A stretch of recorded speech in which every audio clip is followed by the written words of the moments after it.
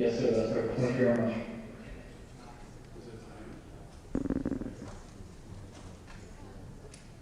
Representative Shabbat, thanks so much for coming, sir. We have to quickly test your audio. Testing, 1, 2, 3, testing. All right, sir, thank you very much. Thank you. Okay, thank you. Representative Wild, would you like to quickly test your audio? Yes, testing 1, 2, 3. Perfect, thank you. Thank you.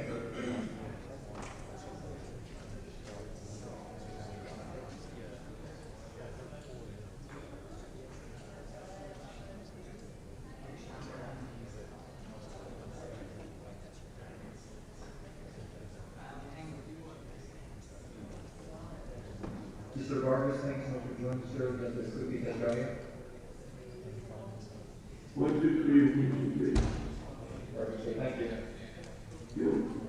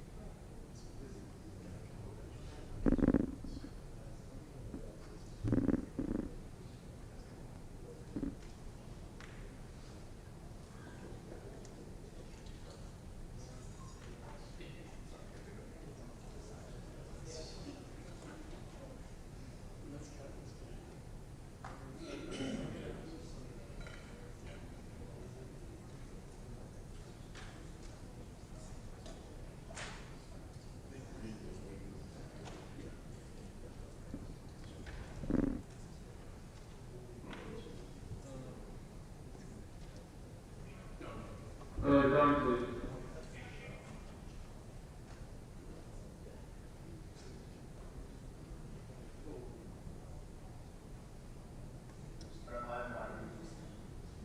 Mr. Sherman?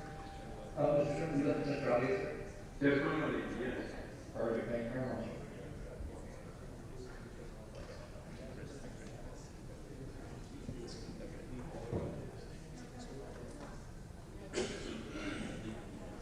Congressman Phillips, thanks so much for joining us, sir. You have to quickly test your audio. Yeah, test 1, 2, 3, 4. Perfect, sir, thank you very much. Thank you.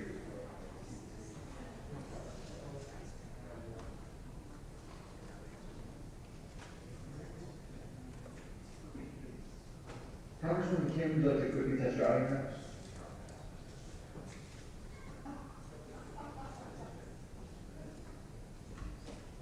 Congressman Kim?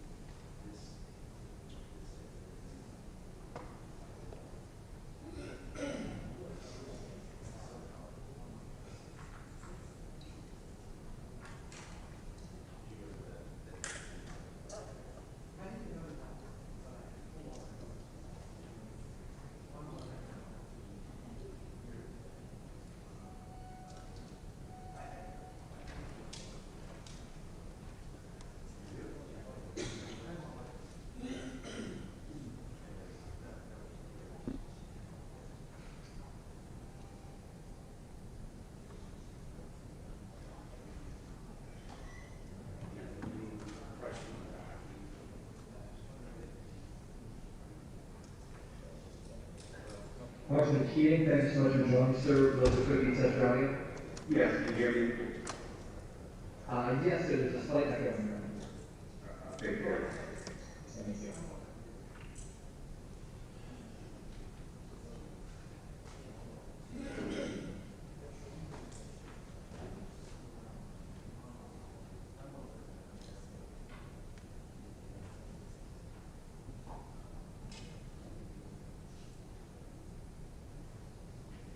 Representative Barr, thanks so much for joining. Please just to quickly test your audio.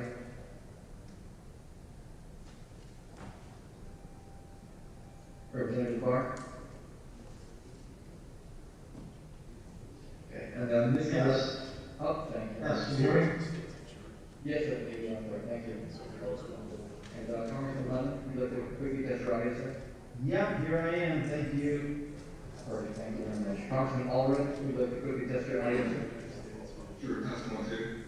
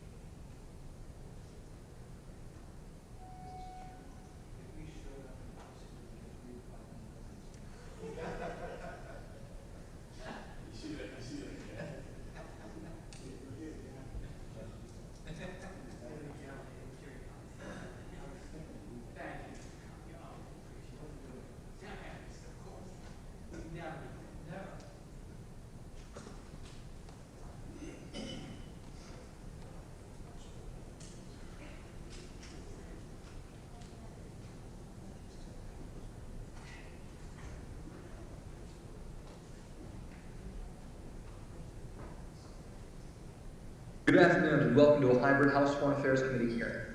In accordance with House rules and regulations, the host will mute all participants.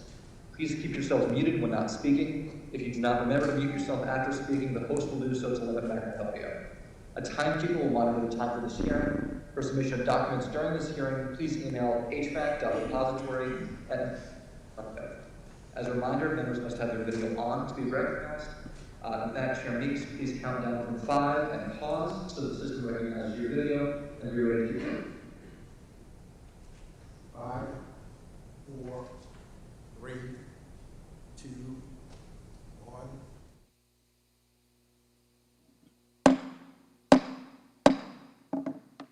The Committee on Foreign Affairs will come to order. Without objection, the Chair is authorized to declare a recess of the committee at any point, and all members will have 5 days to submit statements, extraneous material, and questions for the record, subject to the length of the limitation of the rules. To insert something into the record, please have your staff email the previously mentioned address or contact full committee staff. As a reminder to all members, please keep your video function on at all times, even when you are not recognized by the chair. Members are responsible for muting and unmuting themselves. Consistent with House rules, staff will only mute members as appropriate when they are not under recognition to eliminate background noise. Where's the secretary?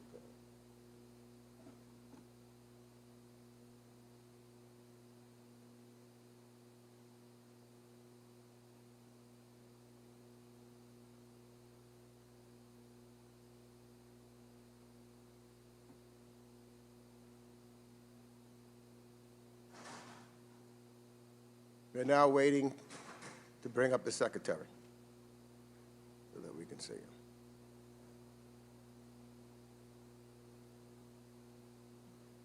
I'm here, Mr. Chairman. Great. Thank you, Mr. Secretary. Before I make my opening remarks, Mr. Secretary, thank you, number one, for being here.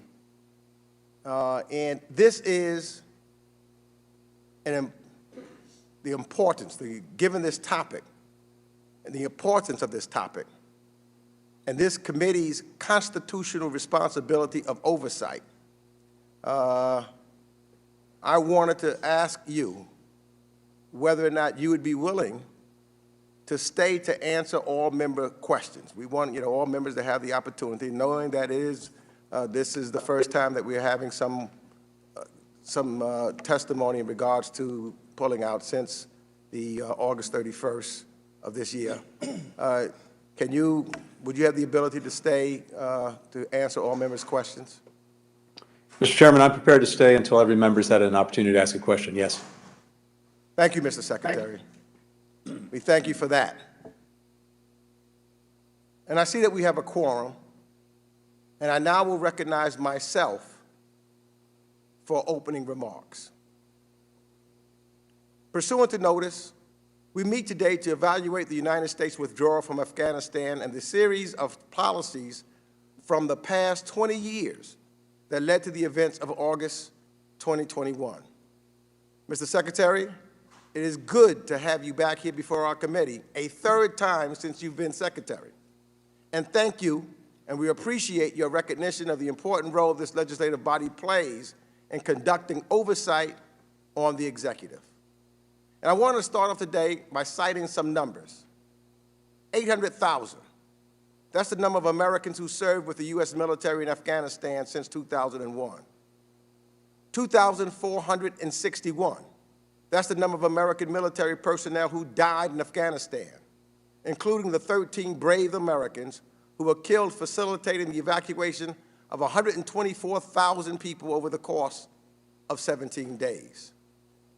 66,000, the number of Afghan national security forces killed in the conflict. 47,245, that's the number of Afghan civilians killed since 2001. 20, that's the number of years we have been fighting in Afghanistan. A war that has gone on for almost 20 years is a disaster. Disentangling ourselves from the war in Afghanistan was never going to be easy. And for my friends who presume a clean solution for the withdrawal existed, I would welcome hearing what exactly a smooth withdrawal from a messy, chaotic 20-year war looks like. In fact, I've yet to hear the clean withdrawal option because I don't believe one exists. Now, are there things the administration could have done differently? Absolutely yes, as always. Foremost for me is for the State Department to evaluate how it could better evacuate Americans when events unravel quickly. And I look forward to hearing from the Secretary how the State Department intends to complete its evacuation of the 100 to 200 Americans remaining in Afghanistan who want to come home, as well as for evacuating those Afghans who worked alongside us during the past 20 years. However, it is important to separate fair criticism from criticism that isn't made in good faith and divorced from the realities on the ground in Afghanistan. We've heard some criticize the decision to close Bagram, which they claim would have been better suited for evacuations, as though it would have been easier to evacuate hundreds of thousands of people from an airfield 40 miles outside of Kabul. Others criticize the decision to not keep a small counterterrorism force in the country. I ask, where was this protest when the Trump administration sidelined the Afghan government in order to cut a deal with the Taliban? Where was the protest when the Trump administration negotiated a deal with the Taliban just 1 month after the abduction of Navy veteran Mark Frericks. And where was this protest when then President Trump and Secretary Pompeo agreed to withdraw all troops by May 21st, 2020? And let me remind everyone that Trump's deal forced the Afghan government to release 5,000 prisoners and offered international legitimacy to the Taliban. It was a deal that failed to require the Taliban to separate from al-Qaeda terrorists and did not require the Taliban to stop attacking the Afghan government. The deal altered the political order of the country. Now, some may say Trump's agreement was conditions-based, but it was different, that it came with stronger conditions. But that's simply not true. The choice before President Biden was between a full withdrawal and the surging of thousands of Americans to Afghanistan for an undefined time. To argue that there was a third option, a limited troop presence where the safety of our personnel could be preserved, in my mind, is a fantasy. Had we not removed American troops from Afghanistan, we would have left them in the middle of a rapidly deteriorating war zone with no assurances that they would be spared by the Taliban. And it strikes me that many of those critical of the administration's evacuation efforts are really just angry that the president made good on his pledge to end America's involvement in the war in Afghanistan. They are masking their displeasure with criticism but fail to offer feasible alternatives. Once again, we are seeing domestic politics injected into foreign policy. The Taliban's quick takeover of provinces, Afghan security forces laying down their arms, and President Ghani's abrupt departure from the country he led, watching 20 years of effort crumble in only a matter of days, has made it all the more clear that we could no longer occupy Afghanistan and that the president's decision to bring our troops home was the right one. And for me, as I closing this chapter of the U.S.-Afghanistan book is a difficult one. I voted to authorize the war back in 2001, after the terrorist attack on September the 11th. In the 20 years since, I've seen how this conflict cost the lives of countless Americans, Afghans, and our NATO partners. And what makes this all the more difficult is this is a war that should have ended 19 years ago with a different outcome. But our hubris, our own desire to remake Afghanistan, our own willingness to negotiate got in the way of that victory. These are hard truths, but only by examining these hard truths will we be able to understand what went wrong in Afghanistan. The task before us on this committee, one that I'm committed to making, will explore the past 20 years, but we'll be talking to individuals from the Bush administration, from the Obama administration, from the Trump administration, as well as the Biden administration. And I now recognize Mr. McCall for his opening statements.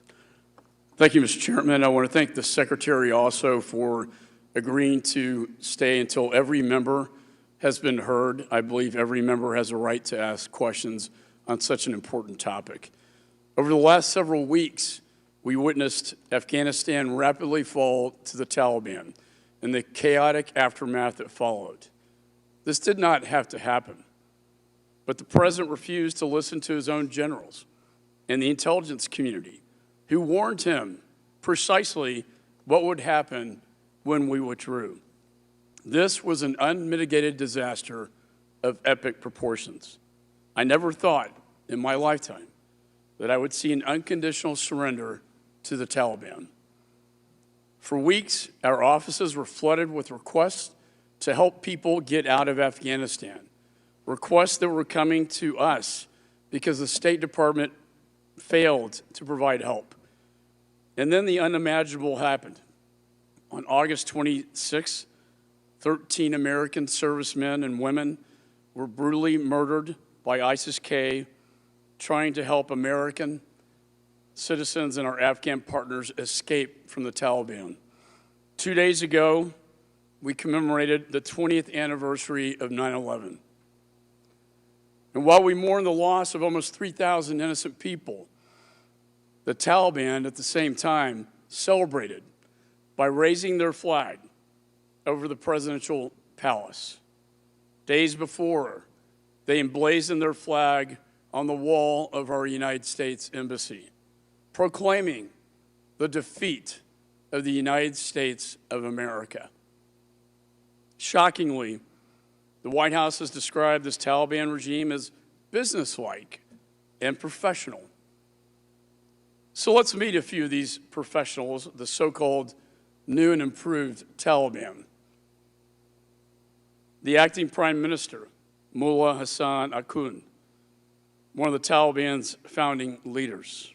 He is also sanctioned by the United Nations and sheltered Osama bin Laden for years. The infamous members of the Taliban Five released from Guantanamo under the Obama administration also all hold senior positions in the new government. And finally, the worst, acting Interior Minister Haqqani. He is responsible for overseeing policing and counterterrorism. He's also wanted by the FBI. He is the head of the brutal Haqqani network with close ties to al-Qaeda and is currently sanctioned by the United States. Most of the new and improved Taliban leaders hold the same or similar positions they held prior to 9/11. And we are now at the mercy of the Taliban's reign of terror, all while a dark veil of Sharia law covers Afghanistan. The freedoms our troops help secure for Afghan women and girls have been stripped away in a matter of weeks. This, in my judgment, is not only disgraceful, it also dishonors the men and women who served our nation so bravely. Mr. Secretary, the American people don't like to lose, especially not to the terrorists. But that is exactly what has happened. This has emboldened the Taliban and our adversaries. The Taliban, a designated terrorist group, now equipped with American weapons than most countries in the world. Just a few weeks ago, thousands of terrorists, the worst of the worst, were all released from prisons as the Taliban overran the country. The situation we find ourselves in is far worse, in my judgment, as a former chairman of Homeland Security Committee, far worse than pre-9/11. To make matters worse, we abandoned Americans behind enemy lines.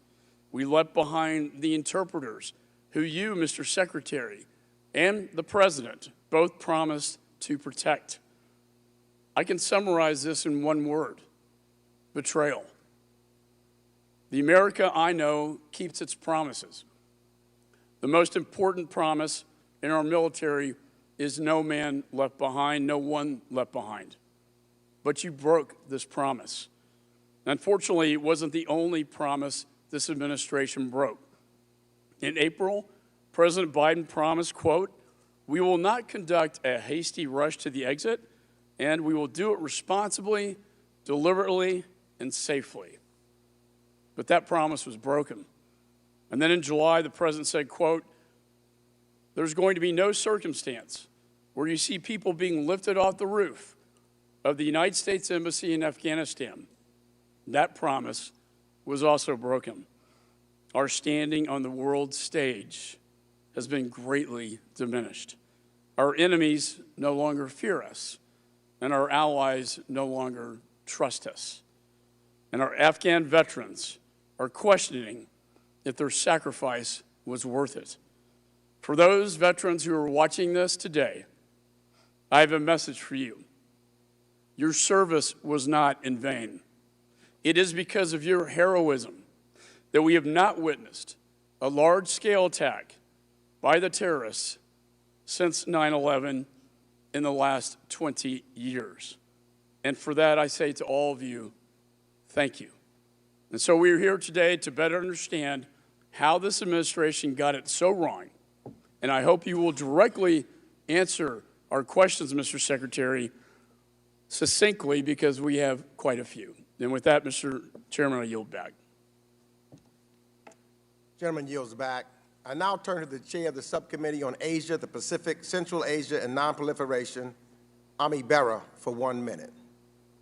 Thank you, Mr. Chairman, and thank you, Mr. Secretary, for coming before the subcommittee. Obviously, this is not going to be an easy hearing. There'll be a lot of questions back and forth.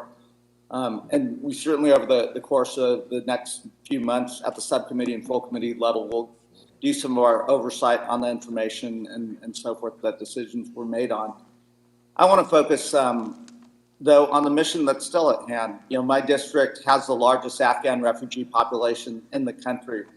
We've submitted over 10,000 names of U.S. citizens, visa holders, family members, et cetera. And, you know, that mission still remains. I've got close to 30 school-age kids that are still in Afghanistan, U.S. citizens, visa holders, along with their parents. And we've got to do everything we can to get those folks to safety. And I look forward to working with you, your staff, and others to make sure we don't leave folks behind and we get those folks out as reasonably as possible to safety. And I look forward to the testimony. And with that, I yield back. Thank you, Chair Bera. I now turn to the ranking member, Mr. Shabbat, for 1 minute. Thank you, Mr. Chairman. Mr. Secretary, this administration's bungled pullout from Afghanistan just may be the worst foreign affairs disaster in American history. You've essentially surrendered that country and its people to the good graces of the Taliban, and the Taliban doesn't have good graces. Afghanistan is once again a haven for terrorists, and those terrorists now have our weapons and equipment to use against us. As Mr. McCall correctly stated, our allies may well not trust us as much, and our enemies may not fear us as much. Yes, the majority of the American people wanted to leave Afghanistan, but not like this. Pulling our troops out before civilians, abandoning Americans, enemy, as well as thousands of Afghans who worked with us and fought with us and their families, and leaving half the population, about 20 million women and girls, to be brutalized once again by the Taliban. This is a disgrace. And I yield back. Thank you. Thank you, Mr. Shabbat. Now I'll introduce our witness. Secretary of State Anthony J. Blinken was sworn in as the United States Secretary of State on January 26, 2021. And as I mentioned in my opening statement, this will be the third time Secretary Blinken testified before this committee, and we are grateful for his appearance before us today. I'll now recognize the witness for his testimony, which I understand will be a little longer than 5 minutes, but being that he's going to be here for all of our questions, I think it's important for his statement to be heard in its entirety. Secretary Blinken, I now recognize you. Mr. Chairman, thank you very much. And Mr. Chairman, Ranking Member McCall, thank you for today. I welcome this opportunity to discuss our policy on Afghanistan, including where we are, how, and where we're going in the weeks and months ahead. For 20 years, Congress has conducted oversight and provided funding for the mission in Afghanistan. I know from my own time as a staff member for then Senator Biden how invaluable a partner Congress is. As I said when I was nominated, I believe strongly in Congress's traditional role as a partner in foreign policy making. I'm committed to working with you on the path forward in Afghanistan and to advance the interests of the American people. On this 20th anniversary of 9/11, as we honor the nearly 3,000 men, women, and children who lost their lives, we're reminded why we went to Afghanistan in the first place: to bring justice to those who attacked us and to ensure that it would not happen again. We achieved those objectives long ago. Osama bin Laden was killed in 2011, a decade ago. Al-Qaeda's capabilities were degraded significantly, including its ability to plan and conduct external operations. After 20 years, 2,641 American lives lost, 20,000 injuries, $2 trillion spent, it was time to end America's longest war. When President Biden took office in January, he inherited an agreement that his predecessor had reached with the Taliban to remove all remaining forces from Afghanistan by May 1st of this year. As part of that agreement, the previous administration pressed the Afghan government to release 5,000 Taliban prisoners, including some top war commanders. Meanwhile, it reduced our own force presence to 2,500 troops. In return, the Taliban agreed to stop attacking U.S. and partner forces and to refrain from threatening Afghanistan's major cities. But the Taliban continued a relentless march on remote outposts, on checkpoints, on villages and districts, as well as the major roads connecting them. By January 2021, the Taliban was in the strongest military position it had been in since 9/11, and we have the smallest number of troops on the ground since 2001.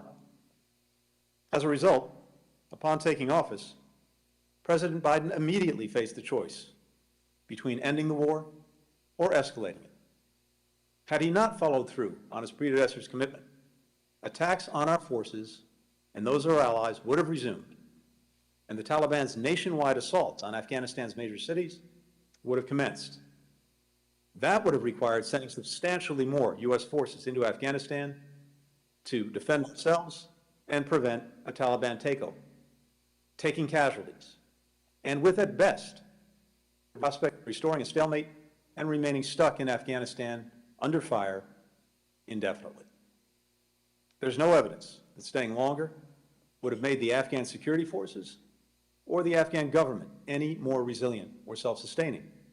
If 20 years and hundreds of billions of dollars in support, equipment, and training did not suffice, why would another year, another 5, another 10?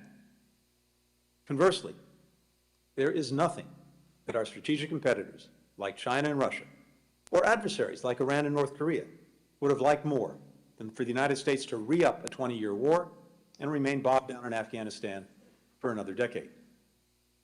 In advance of the President's decision, I was in constant contact with our allies and partners to hear their views and factor them into our thinking. When the President announced the withdrawal, NATO immediately and unanimously embraced it. We all set together on the drawdown. Similarly, we were intensely focused on the safety of Americans in Afghanistan. In March, we began urging them to leave the country. In total, between March and August, we sent 19 specific messages with that warning and with offers to help, including financial assistance to pay for plane tickets. Despite this effort, at the time the evacuation began, there were still thousands of American citizens in Afghanistan, almost all of whom we evacuated by August 31st. Many were dual citizens living in Afghanistan for years, decades, generations. Deciding whether or not to leave the place they know as home was an incredibly wrenching decision. In April, we began drawing down our embassy, ordering non-essential personnel to depart. We also used this time to significantly speed up the processing of the special immigrant visas for Afghans who had worked for us and by our side these past 20 years. When we took office, we inherited a program with a 14-step process based on a statutory framework enacted by Congress and involving multiple government agencies, and a backlog of more than 17,000 SIV applicants. There had not been a single interview in the SIV program in Kabul for 9 months, going back to March of 2020. The program was basically in a stall. Within 2 weeks of taking office, we restarted the SIV interview process in Kabul. On February 4th, one of the very first executive orders issued by President Biden directed us to immediately review the SIV program, to identify causes of undue delay, and to find ways to process SIV applications more quickly. This spring, I directed significant additional resources to the program, expanding the team in Washington of people processing applications from 10 to 50, and doubling the number of SIV adjudicators at our embassy in Kabul. Even as many embassy personnel returned to the United States under order departure, we sent more consular officers to Kabul to process SIV applications. As a result of these and other steps, including working with Congress, by May, we had reduced the average processing time for special immigrant visas by more than a year. Even amid a COVID surge at Embassy Kabul in June, we continued to issue visas. And we went from issuing about 100 special immigrant visas per week in March to more than 1,000 per week in August, when our evacuation and relocation efforts began. That emergency evacuation was sparked by the collapse of the Afghan security forces and government. Throughout the year, we were constantly assessing their staying power and considering multiple scenarios. Even the most pessimistic assessments did not predict that government forces in Kabul would collapse while U.S. forces remained. As General Milley, the chairman of the Joint Chiefs of Staff, has said, nothing I or anyone else saw indicated a collapse of this army and this government in 11 days. Nonetheless, we planned and exercised a wide range of contingencies. Because of that planning, we were able to draw down our embassy and move our remaining personnel to the airport within 48 hours. And the military, placed on standby by President Biden, was able to secure the airport and start the evacuation within 72 hours. The evacuation itself was an extraordinary effort under the most difficult conditions imaginable by our diplomats, by our military, by our intelligence professionals. They worked around the clock to get American citizens, Afghans who helped us, citizens of our allies and partners, and at-risk Afghans on planes out of the country and off to the United States or to transit locations that our diplomats had arranged and negotiated in multiple countries. Our consular team worked 24/7 to reach out to Americans who could still be in the country, making in those couple of weeks 55,000 phone calls, sending 33,000 emails, and they're still at it.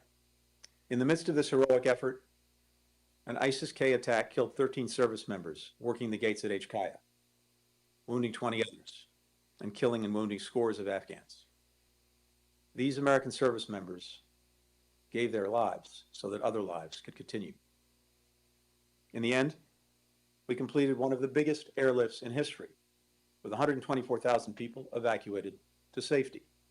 And on August 31st in Kabul, the military mission in Afghanistan officially ended, and a new diplomatic mission began. I want to acknowledge the more than 24 countries that have helped with the relocation effort.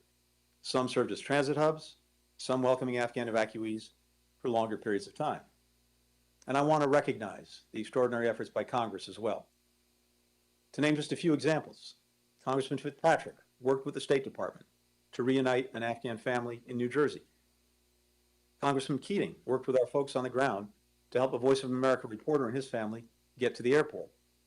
Congresswoman Jacobs and Congressman Issa worked across party lines to draw attention to cases of legal permanent residence and Afghans at risk. Please know your emails, your calls made a real difference in getting people out, and we continue to use the lists and information you're providing in the next phase of the mission. Let me now just briefly outline what the State Department has done over the last couple of weeks and where we're going in the days and weeks ahead. First, we moved our diplomatic operations from Kabul to Doha, where our new Afghan affairs team is hard at work. Many of our key partners have joined us there. Second, we're continuing our relentless efforts to help any remaining Americans, as well as Afghans and citizens of allied and partner countries, leave Afghanistan if they so choose.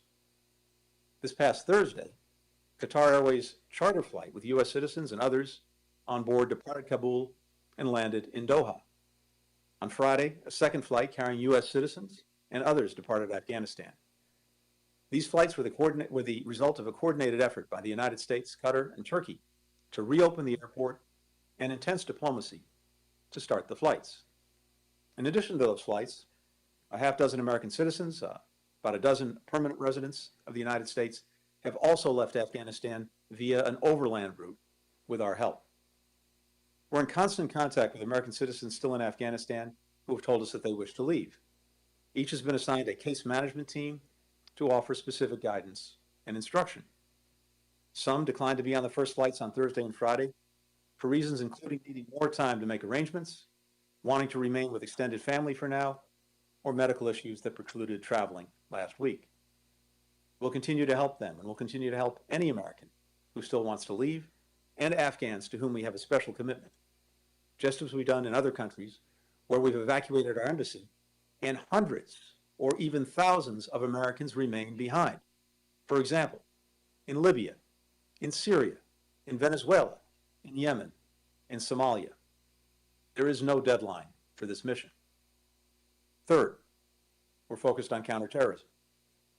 The Taliban is committed to prevent terrorist groups from using Afghanistan as a base for external operations that could threaten the United States or our allies, including Al-Qaeda and ISIS-K.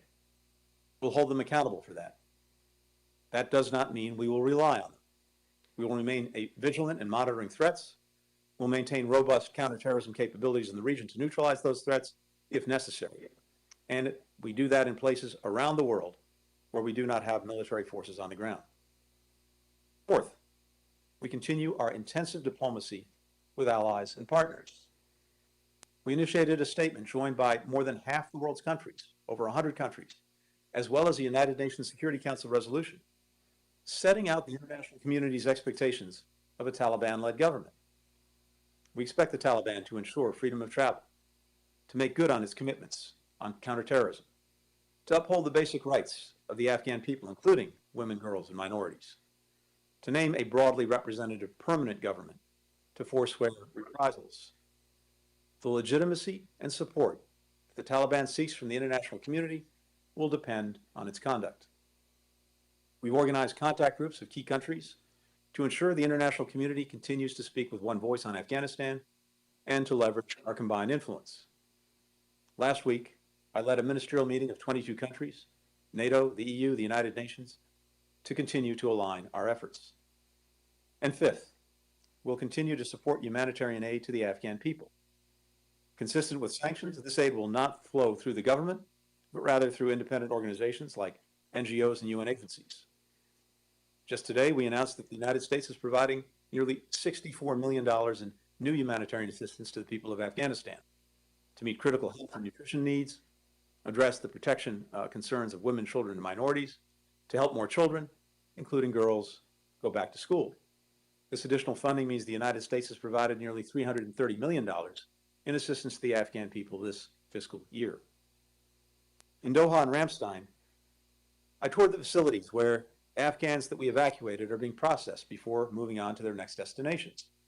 Here at home, I spent some time at the Dulles Expo Center, where more than 45,000 Afghans have been processed after arriving in the United States. It's remarkable to see what our diplomats, our military, and employees from other civilian agencies across the U.S. government have been able to achieve in a very short time. They've met an enormous human need. They've coordinated food, water, sanitation for thousands, tens of thousands of people. They're arranging medical care, including the delivery of babies. They're reuniting families who are separated and caring for unaccompanied minors. It's an extraordinary interagency effort and a powerful testament to the skill, the compassion, and the dedication of our people. We should all be proud of what they're doing. And as we've done throughout our history, Americans are now welcoming families from Afghanistan into our communities and helping them resettle as they start their new lives. That's something to be proud of as well. Thanks very much for listening. And with that, Mr. Chairman, Ranking Member McCall, I look forward to your questions. Thank you. Thank you, Secretary Blinken, for your testimony. I will now recognize members for 5 minutes, and pursuant to House rules, all time yielded is for the purposes of questioning our witness. I'll recognize members by committee seniority, alternating between Democrats and Republicans. Please note that I will be strict in enforcing the 5-minute time limitation for questioner. What do I mean? I don't want members to ask questions for 5 minutes and then not leave the Secretary time to respond. So when addressing your questions, please keep in mind that the 5 minutes is for questions and answers. I'll start by recognizing myself. Mr. Secretary, you've mentioned in an area of concern that I know is shared by all is the status of American citizens, green card holders, and our SIV heroes who are yet to be evacuated. Can you tell us how many of them remain in the country, And what is our plan to facilitate their evacuation now? Yes, thank you, Mr. Chairman. So as of the end of last week, we had about 100 American citizens in Afghanistan who had told us that they wished to leave the country. And I want to emphasize that this is a snapshot in time. It's more accurately a moving picture, as you know, stepping back for a minute. To know precisely at any given moment in time exactly how many American citizens are in any country is something we can't and don't know. Americans are not required to register when they go to a foreign country or if they reside there. And so from the start of this effort, we've been engaged in an intense effort to identify every American citizen that we could in Afghanistan, to be in touch with them, in contact with them, and to work with them if they wanted to leave. We've also benefited greatly from information provided by Congress to help us fill out this picture. But as of last week, there were about 100 who we were in contact with who continue to express an interest to leave. We offered seats on the planes that got out last week to about 60. 30 came forward and used those seats. What happens in at any given moment is that people are making decisions hour by hour, if not day by day, about whether to leave or not. And as I said earlier, these are incredibly wrenching decisions because for the most part, this is a community of people who've been living, residing in Afghanistan for all their lives. Afghanistan is their home. They have extended families, and it's very, very hard for them, understandably, to make that decision. But that is the group that we're working with. Now, what also happens is, as people will identify themselves, including since the end of the evacuation, as American citizens in Afghanistan who wish to leave. So they get added to the picture. We get information from you, from NGOs, from other groups, veterans groups, about people purporting to be Americans in Afghanistan. We immediately seek to contact them, to engage with them, to find out if, in fact, they're in Afghanistan, and if, in fact, they want to leave. So this is a picture that will continue to change over time, but that is the rough population that we're working with right now. Thank you. Let me ask, next question. I know that the Trump administration's deal with the Taliban meant that there were 2,500 troops remaining with less than 5 months to complete the withdrawal. At any time, did the Biden administration consider whether to renegotiate the deal with the Taliban? The Taliban made abundantly clear in many public statements, private statements, to us, to others around the world, that it was going to hold us to the deadline that the previous administration negotiated in terms of withdrawing the remaining American forces. It made very clear that if we moved past that deadline, it would resume the attacks that it had stopped on our forces and on our allies and partners, as well as to commence the onslaught on the cities that we've seen in recent months. And so that was exactly the choice that President Biden faced, whether to go forward with the agreement and the commitments that his predecessor had made in terms of withdrawing all forces by May 1st, or return to war with the Taliban and escalate, not end the war. Now, Mr. Chairman, as you know, what the president did do was to take some risk in extending past May 1st the time we would use to actually withdraw our forces so that we could do it in the safest and most orderly way possible. Let me try to get in one more question. He extended that deadline until September. So also, we know that there was appointed recently in the government hardliners in the new Taliban group. Taliban's commitments to share power with other Afghan political and social groups excludes women and minorities. How does the appointment of this new government factor into the administration's strategy to engage with the Taliban, or assumptions that the Taliban may have changed? So the interim government named by the Taliban falls very short of the mark that was set by the international community for inclusivity, that is to have a government that was broadly representative of the Afghan people, not just the Taliban and its constituency, to include women, which this interim government does not. And as has been noted, it includes many key members who have very challenging track records.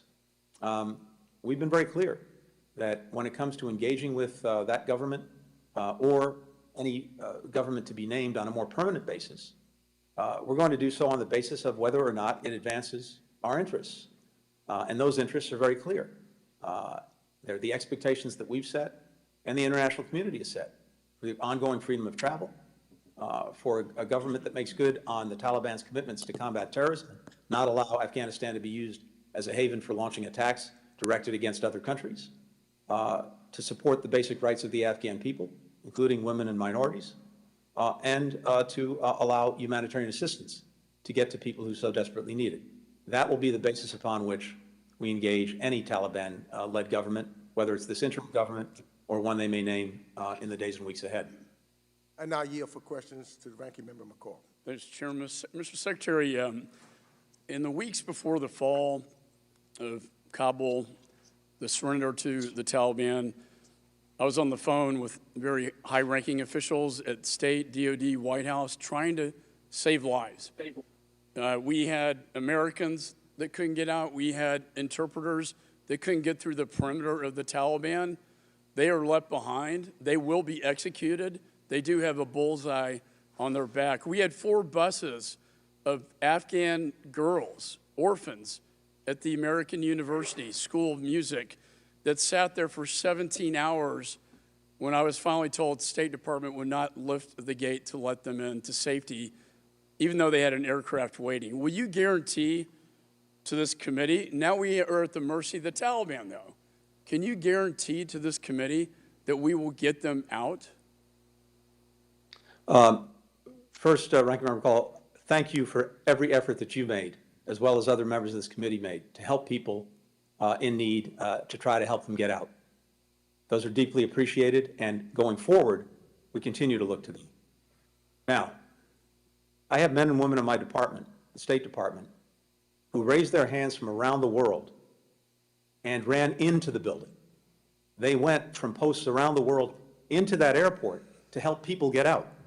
They were serving at the gates right alongside our brothers and sisters in uniform, including the 13 who gave their lives, literally trying to pull people in as necessary, or to walk them in, to talk them in, to do everything they possibly could to bring American citizens, to bring Afghans at risk, to bring the nationals of our partners and others into the airport. If I could reclaim my time, it's just limited. And we thank. No, it's important, sir, for you to recognize. We thank the service. Well, you did. We also thank the service, and we also thank the service of people like that worked in Operation Pineapple in Dunkirk. I would ask that the State Department work with them. Those are heroes as well as the State Department officials that you're talking about. My last question, very important. Bagram went down, the embassy went down, and we went dark. We have no eyes and ears on the ground. We've lost intelligence capability in the region. That includes Russia, China, and Iran, as you know. This is a national security threat as China moves in. For all I know, they may take over Bagram Air Base. But this over-the-horizon capability, I believe, is exaggerated. It's not a viable option. It's too far away. Did you negotiate with countries like Uzbekistan or Tajikistan to put an ISR capability there? And my last question is it true that President Putin threatened the President of the United States, saying he could not build intelligence capabilities in the region? This is an important question, and one that in its detail and substance I think we need to take up in another setting for reasons I know that you very much appreciate. Let me just say this very broadly, and you know this very well given your focus and expertise on these issues. The terrorist threat has metastasized dramatically over the last 20 years, and it's most acute in places like Yemen, like Libya, like Iraq, like Syria, like Somalia. And of course, we have much greater and different capabilities than we had 20 years ago in terms of dealing with that threat. And in many countries around the world, we deal with it effectively with no U.S. boots on the ground. We lost some capacity for sure in not having those boots on the ground in Afghanistan, but we have ways, and we are very actively working on that, to make up for that, to mitigate for that, to make sure that we have eyes on the problem, to see if it reemerges in Afghanistan, and to do something about it. But what I would propose, and if I could that we reclaim, have this sir, conversation I would in a like to different work with you, because if we can't see what's happening on the ground, we can't see the threat, we can't respond to it, the threat's only going to grow, it's going to get worse, not better, and we have to have that capability. You know, let me ask you one last question. We had these planes grounded at Mazar-e-Sharif, and the Taliban seems to be holding these planes up. What are you currently negotiating with the Taliban with respect to these Americans that are trying to get out on these planes? And also, are you negotiating with the Taliban on the issue of legitimizing them as a real government? Not only us, but virtually the entire international community, including in a United Nations Security Council resolution, has made clear what we expect and will insist on from the Taliban if they want to seek any legitimacy or any support. And that includes, it starts with freedom of travel. So we've been intensely engaged with Turkey and Qatar to get the airport in Kabul up and running again, which is now the case. And we started to get flights out last week with American citizens on board. And with regard to Mazar-e-Sharif, you're correct. There have been charter flights there that have been there for some time that have not been allowed to leave. We want to see those flights leave. We need to see a process put in place to allow those flights to start to move. And we're working on that every day. Thank you. Now yield back. Thank you. Mr. Secretary, we've requested such a classified briefing not too long ago, and we welcome your assurance to schedule this briefing sometime in the immediate future. Yes, absolutely. I now recognize Representative Brad Sherman from California for 5 minutes. Secretary Blinken, thank you for reminding us that Americans were not required to register if they were in Afghanistan, and I hope my colleagues will support my legislation to require Americans to register if they go to a war zone. The ranking member says that he never thought he'd see an unconditional surrender of the United States to the Taliban. He saw it in 2020 when President Donald Trump announced that we'd be out by May 1st of 2021, forced the release of 5,000 of the Taliban's best fighters, and most importantly, created a circumstance where there was not even a credible possibility that we would engage in force to support the Afghan government. There are those who say we should get out all of our Afghan allies and all those who face oppression or death from the Taliban. I would point out that the Afghan army, together with all of its veterans over 20 years, together with all their families, you're talking about millions of people. And while the Taliban may be harsh to the girls who are music students who are orphans, imagine how harsh they'll be to a girl whose father was in the Afghan army trying to kill the Taliban. When the administration took over, the American people made it clear we had to get out in 2021. The Afghan government, some thought, had some chance to fight to a stalemate. But by spring, those closest to us, those most in the know, were demanding visas to get out, to flee as quickly as possible. They weren't asking for guns to build trenches around Kabul to fight the Taliban. They were asking for visas. They were demanding visas. They were making videos about how they were going to be killed. When they started to flee, that started a stampede, and there is simply no way the administration could have an orderly or successful stampede. And it seems absurd, at least in retrospect, to think that the average Afghan grunt would fight in the trenches while seeing those who were best connected desperate to flee in a matter of days. Secretary Blinken, when you came into office on January 20th, we were committed to pulling everyone out of Afghanistan within 3 months, by May 1st. Did the Trump administration leave on your desk a pile of notebooks as to exactly how to carry out that plan? Did we have a list of which Afghans we were going to evacuate? Did we have a plan to get Americans from all over Afghanistan to Kabul and out in an orderly way? How meticulous was the planning for the Trump administration declared May 1st withdrawal? Thank you, Congressman. We inherited a deadline. We did not inherit a plan. So no plan at all. It's amazing that it wasn't much worse. It was controversial when we gave up 5 Taliban for Berkshire, not the most meritorious of American fighting men. But the Trump administration gave 5,000 of the Taliban's top fighters back to the Taliban. What did we get for that, other than empty promises that were broken? Congressman, the deal that the previous administration struck involved, as you rightly said, committing to remove all U.S. forces from Afghanistan by May 1st of this year. And in addition, as that deal was being negotiated and then put into effect, pressing the Afghan government to release these 5,000 prisoners, many of whom went back to the battlefield.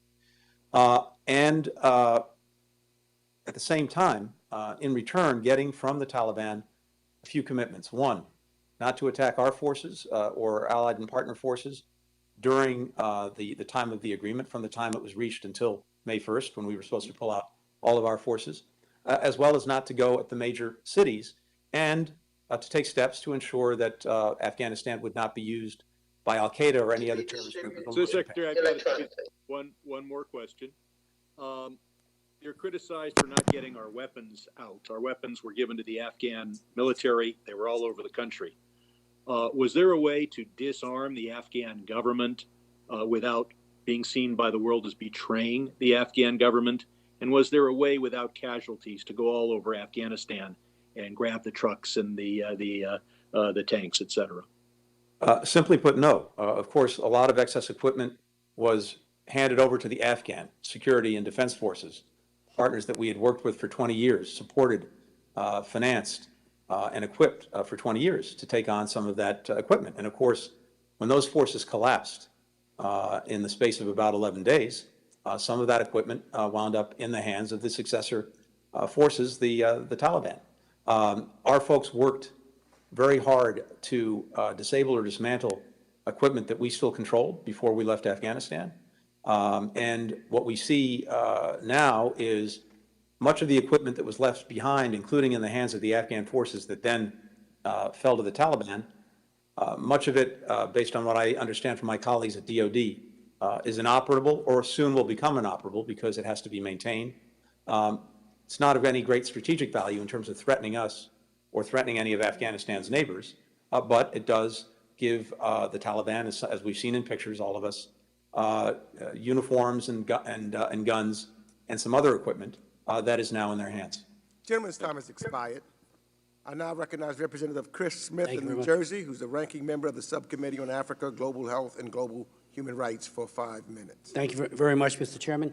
Mr. Secretary, you testified that you had encouraged Americans to leave the country. But, you know, simultaneous with that was statements being made, including by President Biden, that Afghans' military capability was 300,000 men strong, and that they had the best training imaginable. So, at best, I would say they were misled. And you don't mention withdrawal conditions that were placed by President Trump on any exodus from Afghanistan. But I do have a couple of questions I'd like to ask.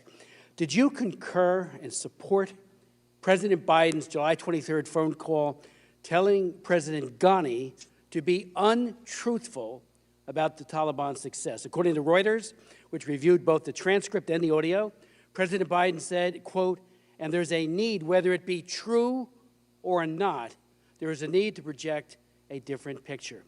Was that an ad lib by President Biden, or was that lie scripted into the phone call? And if it was scripted, by who?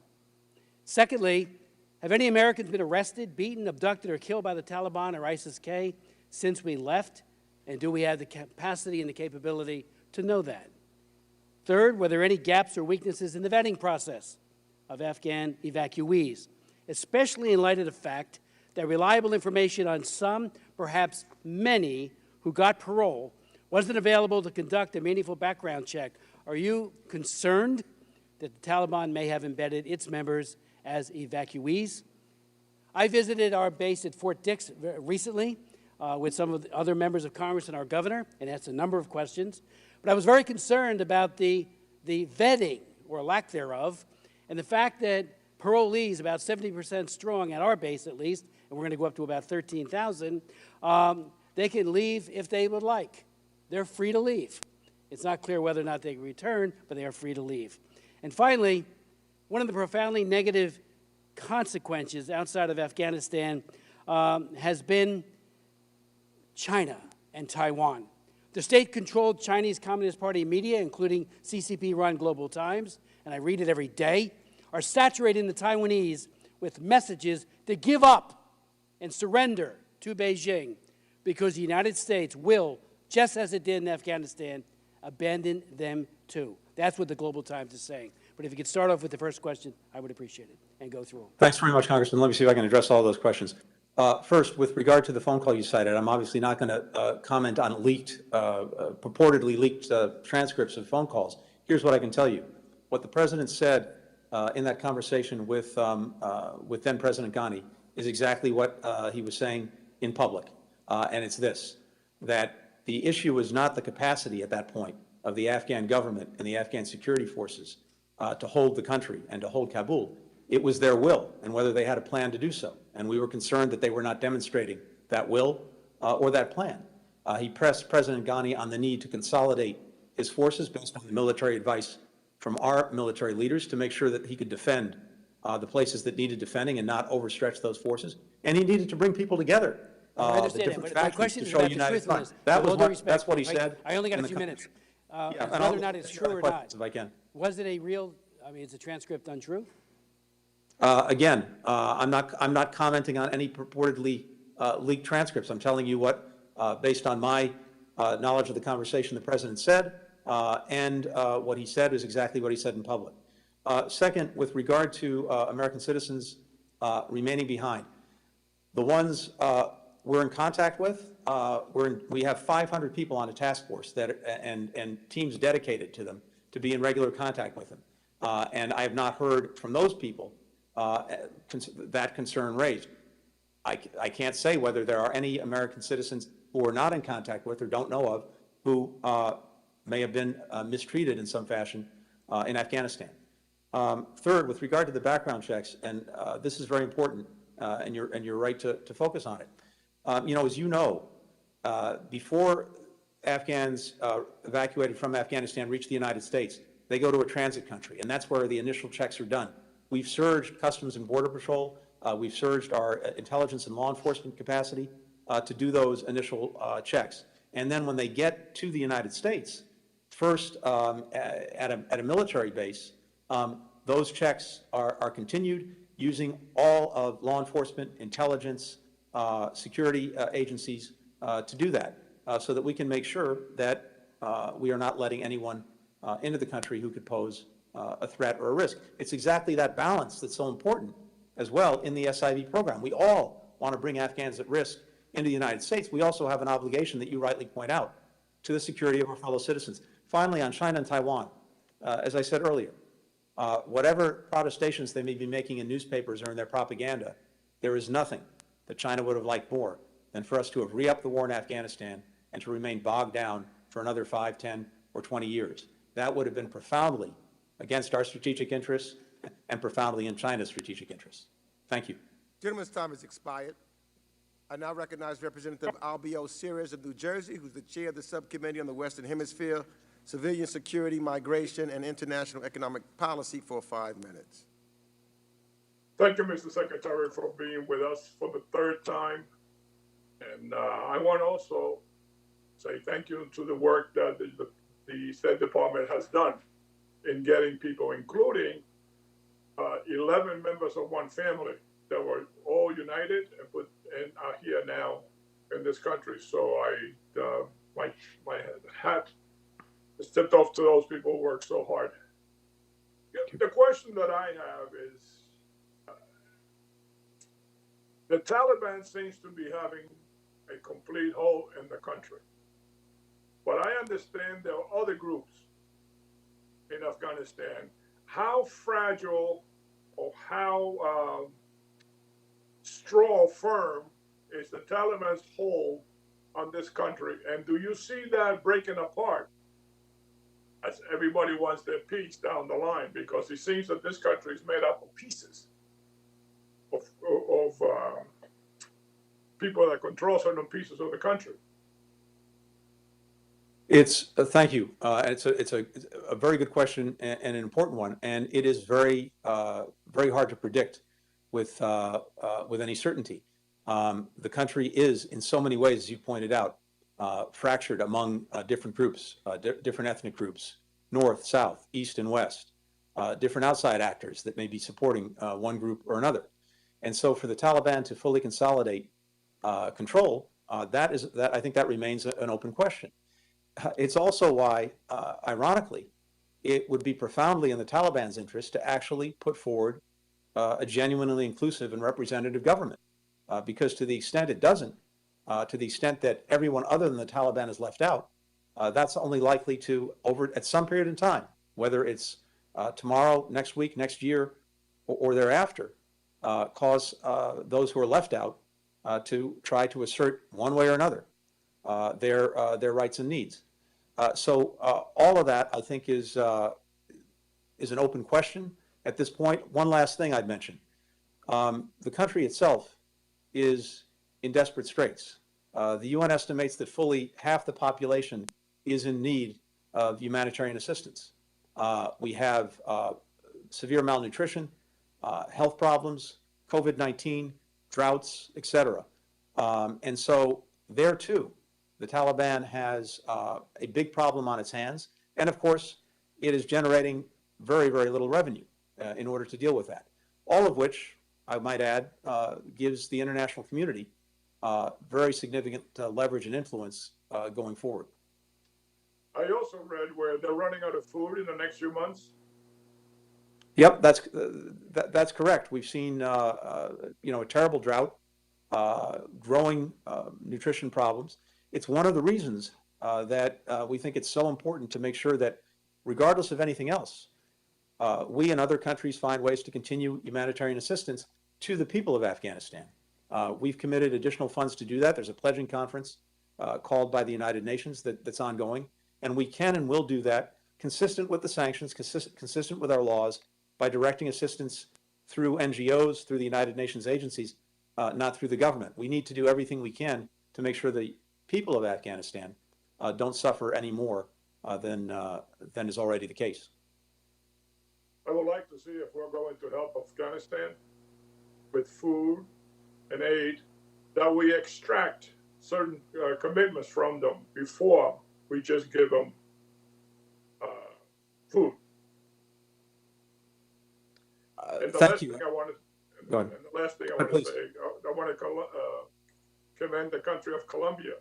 I think they've taken thousands of Afghanistans and they're vetting them before they get here. Is that accurate? There are a number of countries around the world that have made those commitments, that are either serving as transit countries or serving as resettlement countries, taking in Afghans as refugees. And we deeply appreciate the countries that have stood up and agreed to do that. Thank you. I don't have any more questions, Chairman. The gentleman yields back. I now recognize Representative Joe Wilson of South Carolina, who's the ranking member of the Subcommittee on the Middle East, North Africa, and Global Counterterrorism, for 5 minutes. Thank you very much, Chairman Greg Meeks, and I'm glad to join with our dear colleague Albi Osiris in thanking our great ally of Colombia of helping the Afghan refugees. Sir, in my service on the Foreign Affairs Committee, the Global Terrorism Subcommittee, the Armed Services Committee, the NATO Parliamentary Assembly, and the Helsinki Commission, I've always been impressed by American Foreign Service diplomats worldwide. Their dedication to service is inspiring. That is why I am shocked at your action superseding military advice, leading to the surrender in Afghanistan to be a safe haven for murderous terrorists. Biden and Harris have also opened the southern border, stopping the wall of President Donald Trump. This allows identified terrorists of the terror watch list to enter American neighborhoods as lone wolf suicide bombers to murder as many Americans as possible. In American history, American families have never been at a greater risk of attack at home than today. As the global war on terrorism is not over, it has been moved from abroad to American homes. As the grateful father of an Afghanistan veteran, I especially see your actions as indefensible. With 12 visits by me across Afghanistan to thank the South Carolina Army National Guard troops, the 218th Brigade, commanded by General Bob Livingston, I know firsthand they appreciated serving with their Afghan brothers. I saw the United States Agency for International Development success in building schools, agricultural projects, hospitals, and bridges and roads. My beliefs have been actually expressed by the New York Post editorial board on September the 1st, and that is, quote, 6 lies Joe Biden told about Afghanistan. How can any American believe anything Biden says after he's lied so blatantly? Lie. If there are American citizens left, we're going to stay until we get them out. Truth. Biden himself admits Americans remain stranded in Afghanistan. Lie. We're making the same commitment Biden said to Afghanistans who assisted America. Truth. A senior State Department official confessed to NBC News that the majority of Afghans didn't make it out of Kabul. Lie. The United States stands by its commitment that we've made to vulnerable Afghans, such as women leaders and journalists. Truth. Team Biden didn't even ensure American employed journalists made it to safety. Lie. Asked by a reporter, do you see any parallels between what happened in Vietnam? None whatsoever. Zero. Truth. Not even a month later, pictures came from Kabul of a helicopter flying over the American embassy. Lie. Biden vowed to continue to provide Afghan army with air support. Truth. In the wake of Biden's withdrawal decision, he pulled the air support, intelligence, and contractors. The Afghan militaries couldn't operate. Lie. July 8th, Biden added that the likelihood there's going to be a Taliban overrunning everything is highly unlikely. Truth. In fact, Biden knew the Taliban were overtaking the Afghan government and asked President Ghani to lie about it, whether it's true or not. Sadly, the advanced military equipment left to the terrorists, and I end the quote of that article, sadly, the advanced military equipment left to the terrorists is comparable to all of the military equipment that we've provided to Israel since 1948. The countries who have suffered most from Islamic extremist terrorist attacks, India, Israel, and America, are endangered. They chant death to Israel, death to America. We must never forget the May 8th bombing in Kabul, where Islamic extremist terrorists slaughtered over 80 innocent young girls. You should have changed course then because of this gruesome revealing fact. The murderers of that attack now will have a safe haven to attack American families at home. Your bizarre abandoning of Bagram airfield led directly to 13 Marines murdered in Kabul. You should resign. I yield back. Mr. Secretary, we only had 43 seconds left of the 5 minutes, so your response, I know you will not be able to answer many of the questions that was put forward by Representative Wilson, but if you choose, you have 43 seconds of which to respond for whichever questions were asked to you. Thank you, Mr. Chairman. Let me simply thank the member for his support for the men and women of the State Department. I appreciated that part of the statement. Thank you. I now recognize Representative Jerry Connolly of Virginia, who's the president of the NATO Parliamentarian Assembly, for 5 minutes.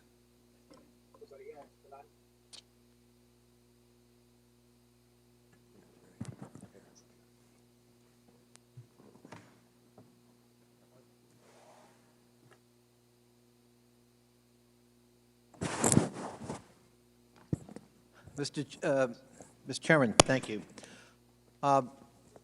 I guess I would say to my friend from South Carolina, if I were the member of Congress who committed one of the most grievous acts in a State of the Union address when the President of the United States, Mr. Obama, was our guest, to shout out, "You lie," I might take more care about enumerating other alleged lies in a hearing with the Secretary of State.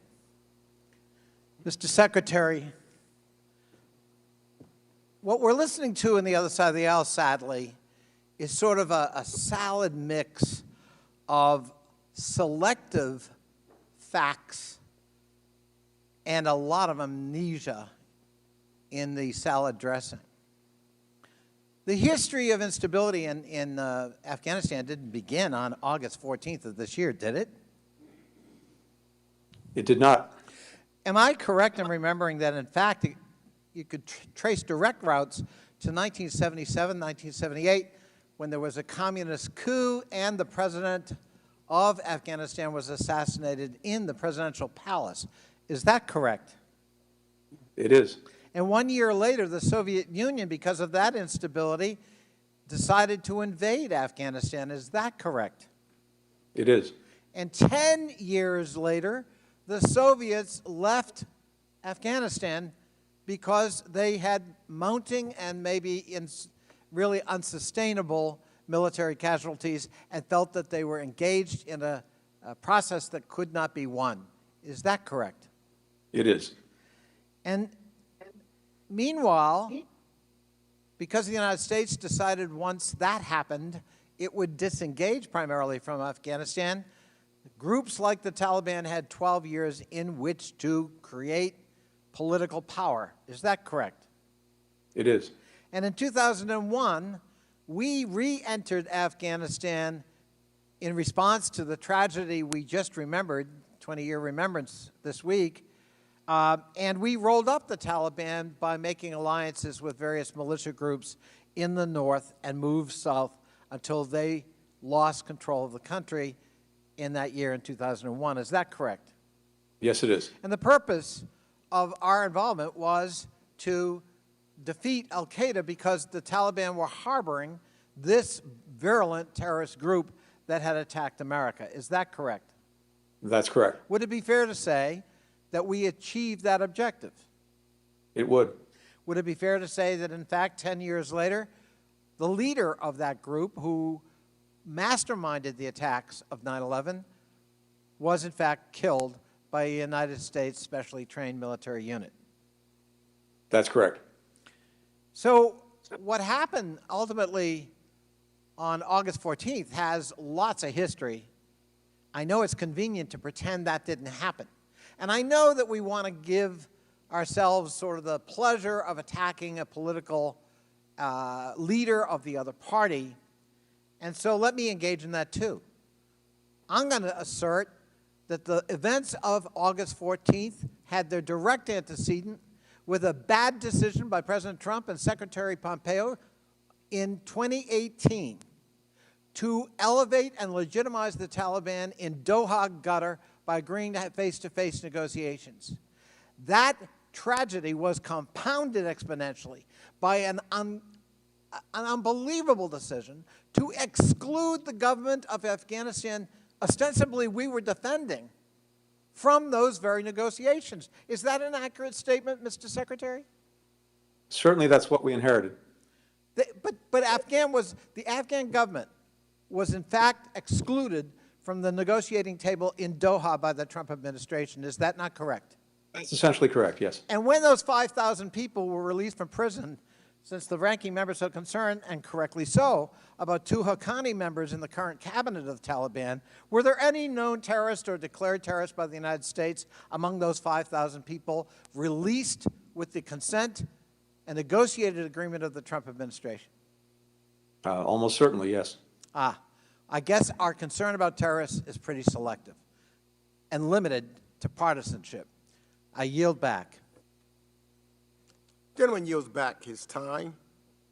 I now recognize Representative Steve Shabbat of Ohio, who's the ranking member of the Subcommittee on Asia, the Pacific, Central Asia, and Non-Proliferation for 5 minutes. Thank you, Mr. Chairman. On August 16th, Mr. Secretary, President Biden said that the administration had considered every contingency and was executing the evacuation according to your plan. Was it part of your plan to rely on the Taliban to ensure the safety of Americans trying to flee the country? Because that's what happened. We, through the course of the spring and summer, did indeed, as the President said, look at every contingency for dealing with our drawdown. And we relied upon the Taliban to be our security. In essence, we ended up getting 13 of our military personnel and over 150 Afghan civilians killed by relying upon the Taliban. They didn't provide very good security. We never should have relied upon them. Let me move on my second question. We were not relying upon the Taliban. As you know, what happened was the Afghan security forces and the government collapsed within the space of 11 days. We then executed the plans that we had in place to safely draw down our embassy, move it to the airport. The military came in, took over the airport, and started getting evacuation flights out within 72 hours. Those were the plans that were in place. We certainly relied upon it at the airport. It didn't work out so well. Mr. Secretary, President Biden has laid the blame for the evacuation debacle in Afghanistan on others rather than on himself, where it really belongs. He blamed President Trump, as we've discussed already to some degree here, basically claiming that he was just following Trump's policy. But he hasn't hesitated to disregard every other major Trump policy, our southern border, the Keystone Pipeline, the Paris Climate Accord, the Iran deal, Mexico City policy, and on and on. Yet this was the one Trump policy that he had to follow. Do you understand why this is pretty hard to fathom for a lot of people? I think what's perhaps, Congressman, hard to fathom, or people just don't understand, is that the agreement reached by the previous administration required all U.S. forces to be out of Afghanistan by May 1st. In return, the Taliban stopped attacking our forces, our partners, and it didn't commence an onslaught of the Afghanistan cities. Had the president not followed through on the commitments that his predecessor made, those attacks would have resumed. We would have re-upped the war in Afghanistan after 20 years for another 5, 10, or 20 years. We would have had to send more forces back in. And I recognize that a lot of people don't understand that, don't know the agreement that was reached, and the choice that President Biden faced for May 1st. Let me ask you this. When he wasn't blaming Trump, he was blaming the Afghan military forces for allegedly not being willing to fight.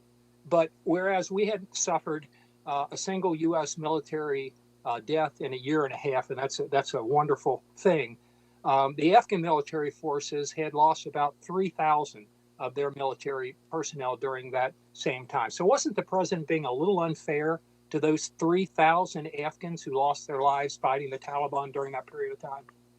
Congressman, many Afghan soldiers fought with incredible bravery and gave their lives. You're right.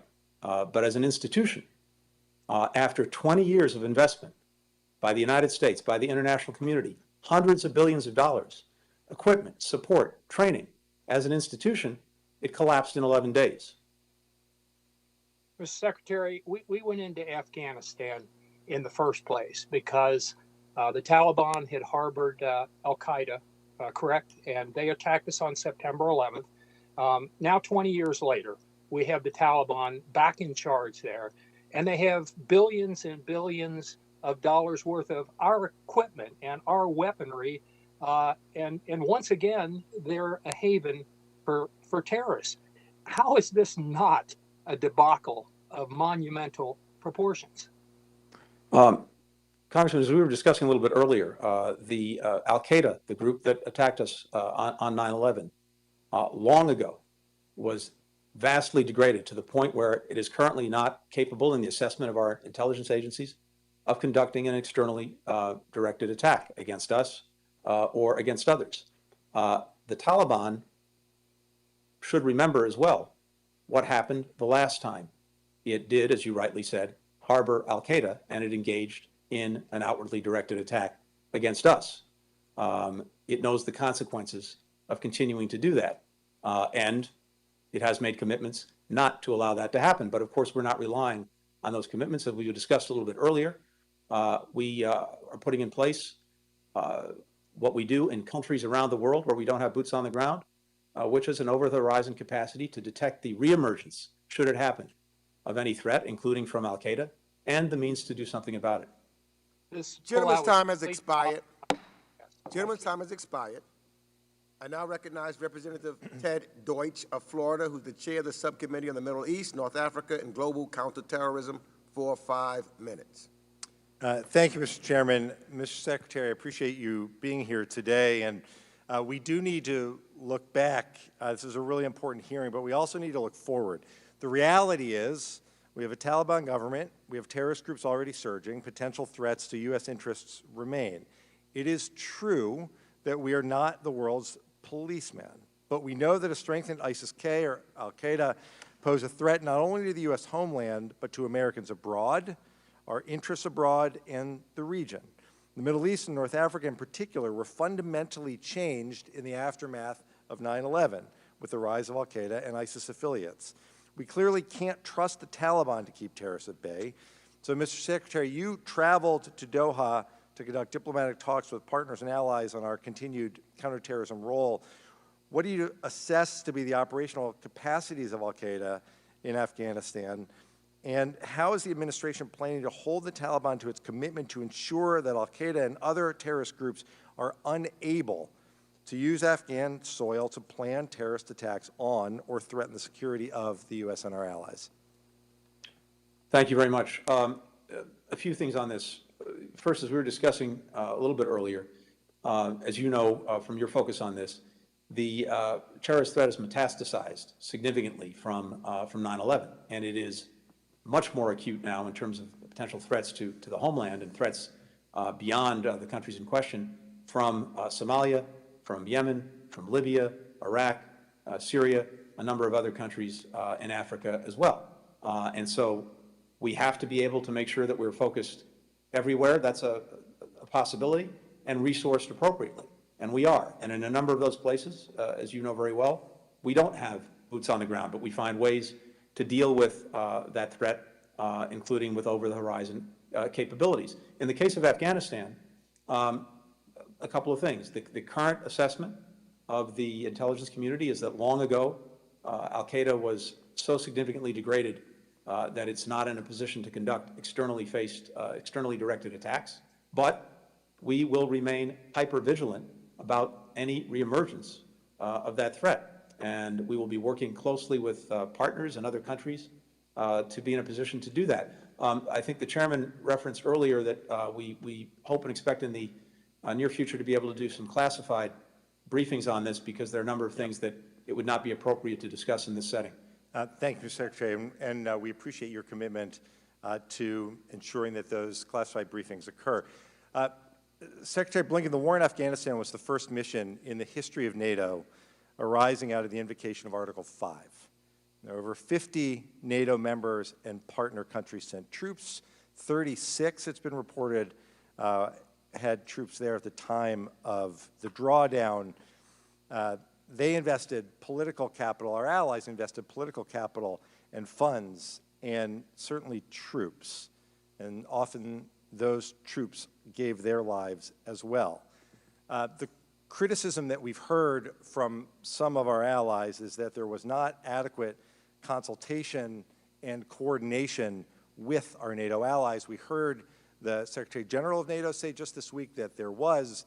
Others doubted that. I'd like you to speak to that. But finally this, we had an administration, Mr. Secretary, that wanted to go it alone, a president who failed to appreciate and often criticized the importance of NATO allies while embracing Xi and Putin. If you could also, in their final time with me, speak to, at a time when democratic values are being threatened and at risk in so many places around the world, if you could also speak to the importance of that transatlantic relationship and how to reassure those allies of ours who have raised concerns about how we went about pulling out of Afghanistan and about failing to coordinate with them as we did. Yeah, thank you. A couple of things. First, you're so right to point to our allies and partners who stood with us on 9/11 and in all the days and time thereafter. And you're exactly right that Article 5 of NATO, an attack on one is an attack on all, in essence, was invoked for the very first time in its history in our defense by our allies and partners, something that I will never forget, and I suspect no one on this video conference today will ever forget. And we determined that when it came to Afghanistan, we went in together and we would go out together. And that's exactly what we did. I engaged with the Secretary of Defense in intense consultations with our NATO partners well before the President made his decision, going to Brussels for a special session of the North Atlantic Council and listening intently to every single partner, relaying what we heard directly to President Biden to factor that into our thinking and into our planning. I've spent more time in Brussels, either in person or virtually, than in any other place since I've been on this job, working very closely with these allies and partners. On the day that the president's decision was announced, I was back in Brussels with the Secretary of Defense, and NATO immediately and unanimously endorsed that decision. Now, in the discussions and conversations that we had throughout this time, including individual conversations, people brought various perspectives to the table, but each recognized that given the deadline that existed, that is, that our forces had to depart Afghanistan by May 1st, pursuant to the agreement negotiated by the previous administration, that the alternative, should we choose to stay, was for the Taliban to resume attacks, not just on us, but on our NATO partners and allies, as well as to engage in this countrywide offensive that we've seen to retake the major cities, in effect, to re-up the war. And all unanimously endorsed the proposition that we would leave together, and that's exactly what we worked on doing and what we've been doing. I know from talking to many allies and partners, the tremendous solidarity we saw together at the Kabul airport, working to help each other to make sure that we could get out our fellow nationals, Afghans who had helped each of us, and our embassy personnel.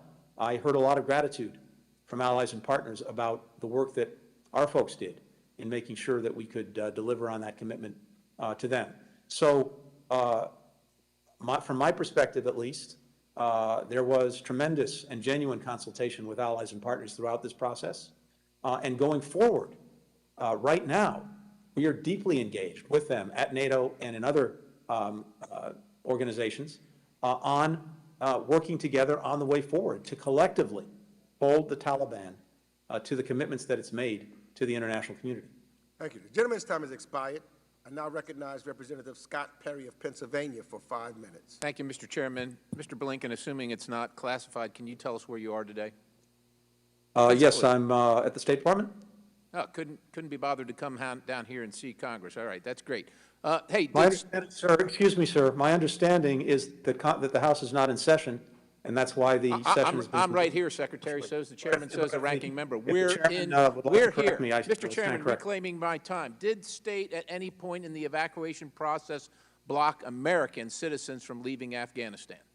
No, we did not. None. Your testimony before Congress is that state didn't block any American citizens leaving Afghanistan. To the contrary, my officers, men and women, ran into the building from around the world to help Americans get out. It's a simple yes or no. I heard you do it with Mr. Connolly. You can do it with me. Yes or no? I just want to clarify. You didn't block anybody. State didn't block any American citizens. No. Okay. They were there to help Americans get out. How many Afghans not meeting the qualifications of SIV have been brought to the United States? Prior to, I want to know how many Afghan citizens came to the United States that had not met the qualifications for special immigrant visa. We're in the process of No. How going many? through. How many? How many did you bring? You were just at Dulles. How many did you bring? We will have, by the end of the month, we will have brought a total of approximately 60,000 that have not met the SIV process. Some of those will have been through the SIV process. All of them, regardless of SIV status, will have gone through rigorous security checks. First at the transit points outside of the United States. It'd be nice if that was done before we brought these people to the United States of America. Mr. Secretary, are Afghan refugees required to be vaccinated for COVID before coming to the United States of America?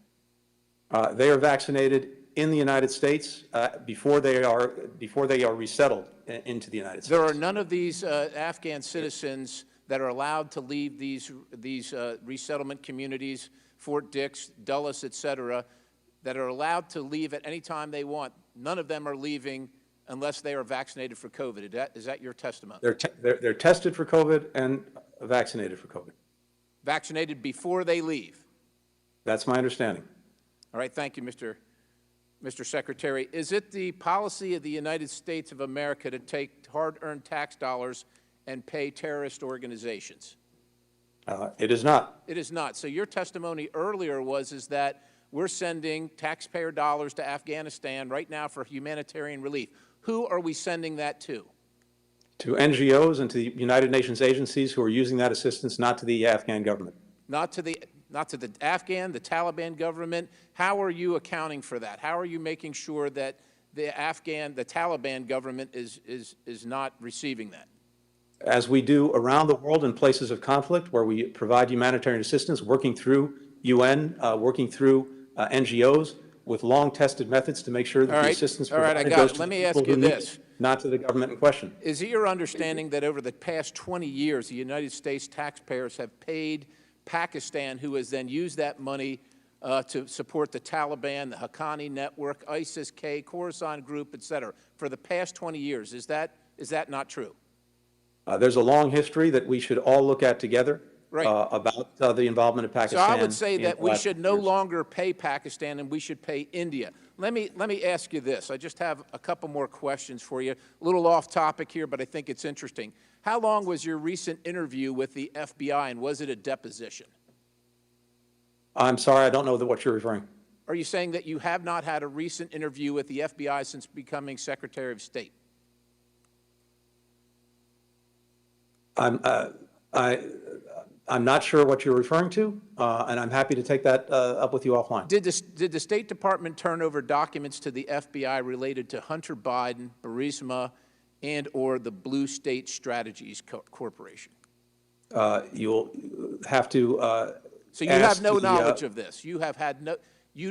are you saying you have not had an interview with the FBI since becoming Secretary of State? It would not be appropriate for me to comment in a public forum on any legal proceedings that the department I'm not asking you to cooperate. I'm not asking you to comment on the legal proceedings. I'm just asking if you've been interviewed by the FBI since becoming Secretary of State. Again, I'm not going to comment one way or another on any legal proceedings or not that may or may not have happened. Have you sought to... Let me remind the gentleman that the topic of this hearing is Afghanistan. That's what we're... I appreciate it, Mr. Chairman, but the Secretary generally refuses to answer questions about Afghanistan, so I just figured we'd talk about something he should be intimately familiar with. Have you sought to alter any of your testimony from last year's Senate investigation regarding this topic? Mr. Secretary. Gentleman's time has expired. And let me also, for the record, make clear that this is a hybrid hearing. Just as members had an option to come or to be other places, the Secretary also. It's a hybrid hearing because we are not in session.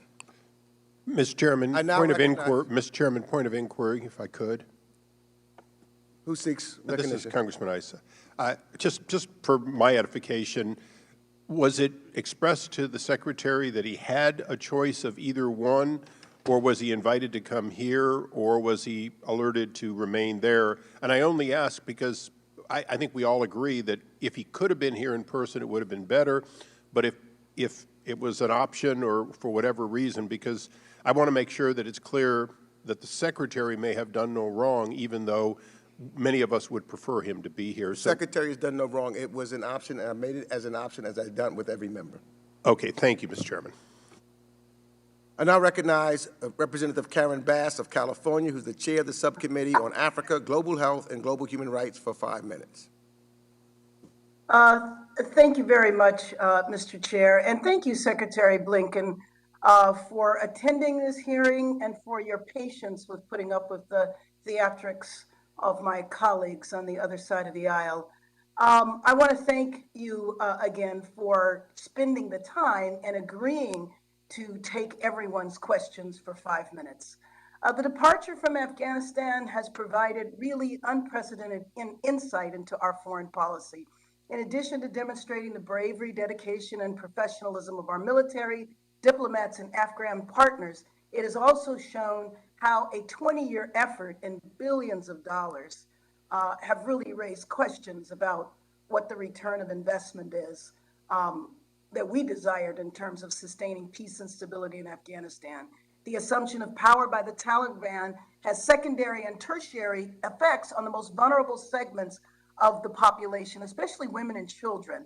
And we're concerned that it will reverse any gains that were realized in the last 2 decades. So my first question, yes or no, Mr. Secretary, did the agreement from the last administration include any protections for girls and women? Not to my knowledge. So many people are concerned about the status of women and girls in Afghanistan under the Taliban. The restrictions on education, movement, health, physical safety under their regime paints a grim picture.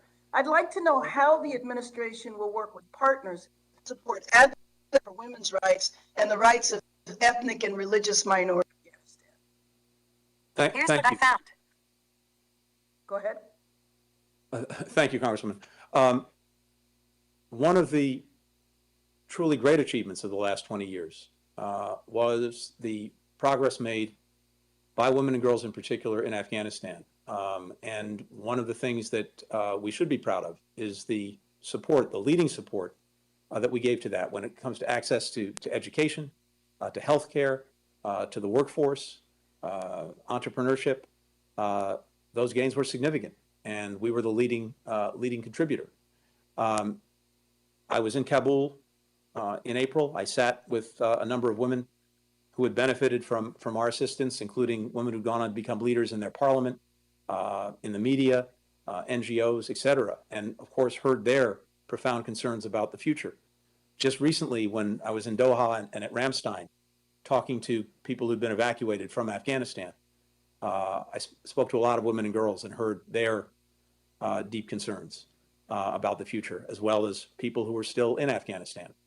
And so we have an ongoing commitment to use every tool at our disposal through our diplomacy, through our economic assistance, humanitarian assistance, programmatic assistance, to do whatever we can to continue in coordination with many other countries to support women and girls and minorities in Afghanistan. The assistance that we announced today will go in that direction. The assistance we'll provide going forward will do that.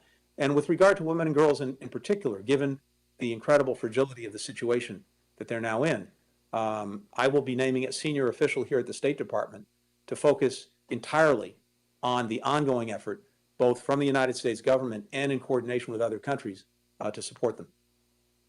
Well, thank you very much. And so will the administration expand the license to operate humanitarian programs in Afghanistan? And how will that take place? And which partners do you see us continuing to work with?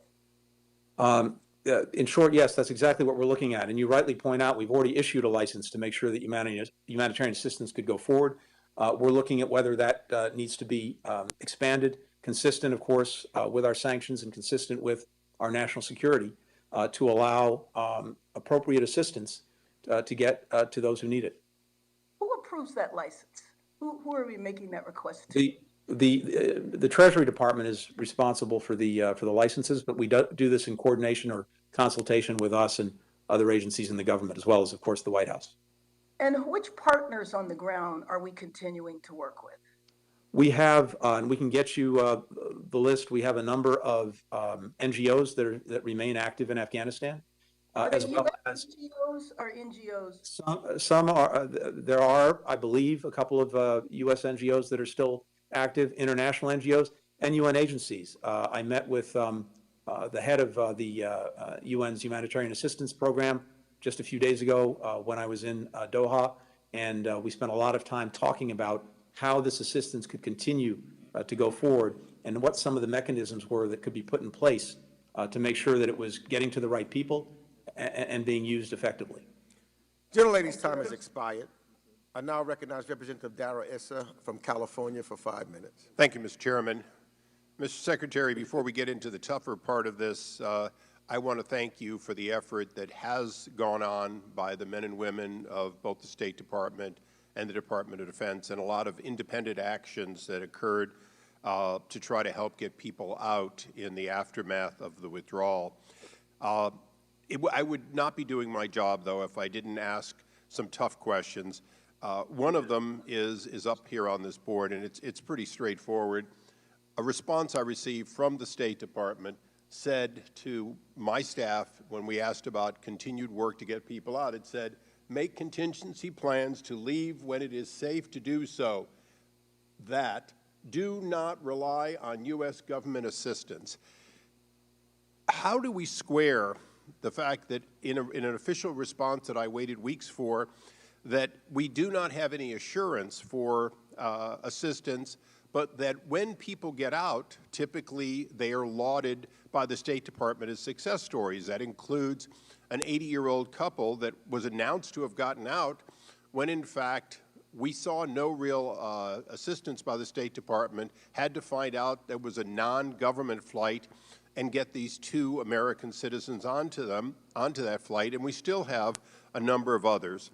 So in a nutshell, how do I explain don't rely on the United States? Do we or do we not rely on the United States of America for blue passport holder American citizens who want to get out?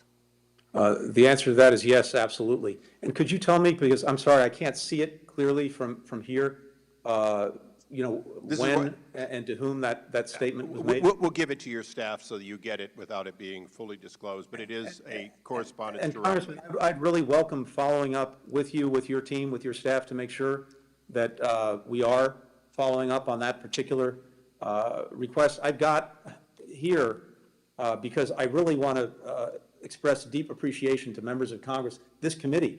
I have here a very lengthy document of all of the inquiries that we've received just from HVAC, from members of HVAC on people who've come to you seeking assistance, all of which has been factored into our databases, our information, our efforts. But if someone is not getting the response they need, please come back to us and let me know, and we'd be very happy to work with you on that. Thank you. We'll do that. Thank you, Mr. Secretary. Now, if I can quickly go through a few dates and a few statements. On July 8th, President Biden was asked if he listened to the intelligence assessment that the Afghan government was likely to collapse. He answered, "That is not true. They are not. They did not reach that conclusion." In other words, the IC hadn't reached that conclusion. I believe that we'll find that as of July 8th, the President misspoke. The President also said the likelihood there's going to be the Taliban overrunning everything and owning the whole country is highly unlikely. 2 days later, on July 10th, the Taliban was reported to have 85% of the country. Then on August 12th, the Wall Street Journal reported that on July 13th, you received an urgent dissent memo from 23 U.S. Embassy personnel in Kabul warning that the advances of the Taliban and the rapid collapse of Afghanistan. Your spokesman said you read every memo sent to you from the dissent channel. So if you do, then you knew that, in fact, a major portion of people in the embassy believed that they were going to quickly overrun. On August 18th, President Biden said the intelligence community did not say back in June or July that, in fact, this was going to collapse like it did. But the embassy told you, or at least a great many, in July that it would. The question really is, how do we regain confidence in the State Department and its spokespeople, yourself included, and the President, if, in fact, we cannot square what we receive, members of Congress, both publicly and privately, that indicate some of those statements that I just read, including ones by the President, are not supported by the facts? Thank you. As you know from tracking this as well, throughout the year, assessments were made of the resilience of the Afghan government, the Afghan security forces, and the possibility of the Taliban taking over the country. And this was typically done in a series of different scenarios, worst, mid-case, best-case scenarios. In the worst-case scenarios, throughout the spring, I think it's fair to say that the general assessment was that the government and security forces would be able to hold on to the country well into next year, 2022. At some point in July, there was an assessment that it was more likely than not that time frame was down to the end of the year. And then, of course, as things fully unraveled in August, that changed. To my knowledge, Congressman, no one predicted the unraveling before our forces and embassy left Afghanistan on August 31st. The chairman of the Joint Chiefs, General Milley, has said, nothing I or anyone else saw indicated a collapse of the government and the security forces in 11 days. The Director of National Intelligence has said in the days leading up to the Taliban takeover, intelligence agencies did not say collapse was imminent. This unfolded more quickly than we anticipated, including in the intelligence community. And there are a number of other conclusory statements of that kind that I can share with you. With regard to the so-called descent channel cable, it's something I'm immensely proud of. It's a tradition that we have, and you're right. I read every such cable, I respond to it, I factor it into my own thinking and actions. And that cable did not predict the collapse of the government or security forces before our departure. It was very focused and rightly focused on the work we were doing to try to get Afghans at risk out of the country and pressing to speed up that effort. As it happens, a number of the things that were suggested in that very important cable were things that we were in the process of doing. The very next day, I think the cable came in on the 13th of July, the 14th, we launched Operation Allies Refuge, which of course had been in train for some time, as well as the 24/7 task force to help those in the SIV program get out and even to relocate them, which is not part of the program. So that was a very important cable. I'm grateful for it and grateful that we have a process at the State Department where people can clearly express their views and differences on policy or recommendations on policy. That's usually important. Gentleman's time has expired. I now recognize Representative Bill Keating of Massachusetts, who's the chair of the Subcommittee on Europe, Energy, the Environment, and Cyber, for 5 minutes. Thank you, Mr. Chairman, and thank you, Mr. Secretary, for your service. And as head of the Department of State for our country, I want to thank all of your people for the work they've done. They stood side by side with our military, risking their lives in helping people evacuate in the most dangerous situation. So my sincere appreciation to everyone at State that was part of that. I'm also glad that you reinforced, as my conversations have, the renewed commitment, the strength that is there with our transatlantic allies going forward on our mission, not just in the region, but also through worldwide through our counterterrorism efforts. So I must say this, though. This is a period of reassessment, I think, as we go forward, where we have some lessons learned, where we go embarking on a new mission, where we're trying to do the best in that area and so many fronts. But there's one relationship that really is always troubled me a great deal, certainly over the last couple of decades, and that's our relationship with Pakistan. You know, from its Pakistan's played an active and, by so many accounts, a negative role in Afghan affairs for decades, not just recently, but for decades. From the very beginning, its inception, they helped in actually branding the name Taliban.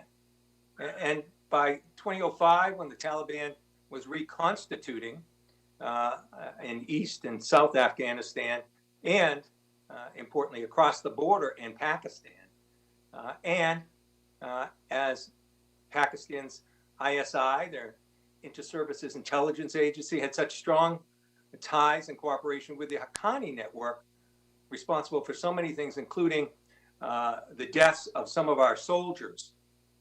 And even recently, when the Taliban took over in the last month, Pakistan's Prime Minister Khan, claimed that Afghanistan had, quote unquote, broken the shackles of slavery. So we used to always hear diplomatically that we have a complicated relationship with with Pakistan. I would say it's often duplicitous. So as we go forward in the region, as we go forward dealing with our counterterrorism missions, how do we reassess that relationship? How have we learned from their actions? And when we go forward, what do we do? What are some of the big issues that we should have, stakes in the ground, that we should have in dealing with Pakistan and the way they've acted over these decades? Thank you, Congressman, and I think you're very right to point at the role that Pakistan has played throughout the past 20 years and even before. And it is one that is involved hedging its bets constantly about the future of Afghanistan. It's one that's involved harboring members of the Taliban, including the Haqqanis.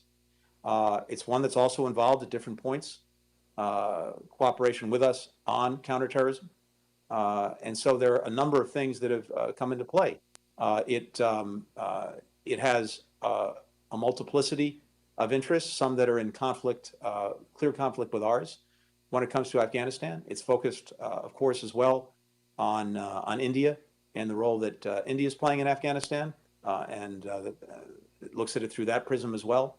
All of these things, I think, have influenced what it has done on many occasions detrimental to our interests, on other occasions in support of those interests.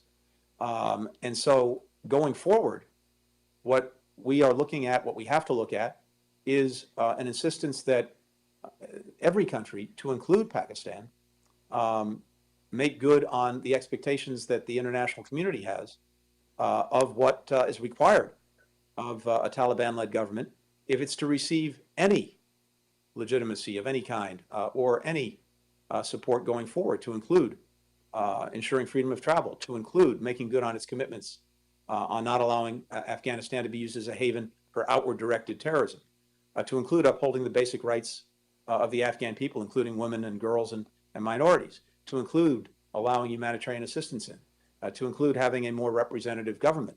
And so Pakistan needs to line up with the rest of the, with a broad majority of the international community in working toward those ends and in upholding those expectations. Thank you, Mr. Secretary. I'd like to Gentleman's time has continue this expired. at another time, and thank you for your work with the U.S. Agency for Global Media. We'll continue to work on that front and many others. I yield back. Gentleman's time has Thank you. expired. I now recognize Representative Adam Kinzinger of Illinois for 5 minutes. Well, thank you, Mr. Chairman, Mr. Secretary. Thank you for being here and spending this time. It's very important. You know, watching some of this debate, I think it's important to remind people, yes, the Trump administration failed in the setup, and I think the Biden administration absolutely failed in the execution of this. I also want to make it clear, Mr. Secretary, we support the members of the State Department and their heroic action in the evacuation. I think the broader point is they never should have been put in a place where they had to act heroically. We found ourselves many times, we talk about Bagram and leaving that, and I think that's important to point out. But there was also moments where the U.S. military, with the 6,000 people that we sent in, could have defended Kabul proper. It was clear that the Taliban were not intending to move into Kabul as early as they did. But we put them in a position where they had to act heroically. And we shouldn't ask that of our State Department employees, even though we appreciate that they did. I also think it's important to point out, you know, there's a lot of blame of the Afghan military. And I certainly, as a military man myself, wish that the Afghan military would have helped. But keep in mind, prior to that, there were assessments coming out that it was only a matter of time. Maybe it's 6 months, maybe it's a year, until the whole place collapsed. You know, we had built a military in our own image that relied on air power, that relied on logistics. And then we pulled our logistic and air power support from the Afghan military. And as they received night letters from the Taliban saying, we're going to kill your family because the United States is vacating, they're leaving you. It's, to me, as much as I would love for them to have stayed and taken a stand heroically, I don't know many even of our allies' militaries that frankly could have stood in those conditions in that kind of an onslaught. Let me ask you, though, Mr. Secretary, you know, you talk a little about the Taliban legitimacy, and we're going to see how they act. I want to ask you a question, because I'm not sure where that changed. At the beginning of all of this, we were talking about building a worldwide coalition to not recognize the Taliban, and all of a sudden this is on the table. Is the Taliban the legitimate government of Afghanistan? And if not, would you consider what the Taliban have done in Afghanistan to be a coup d'etat? First, let me just start by thanking you for your strong words in support of the men and women of the State Department. I very much appreciate them and appreciate you saying them.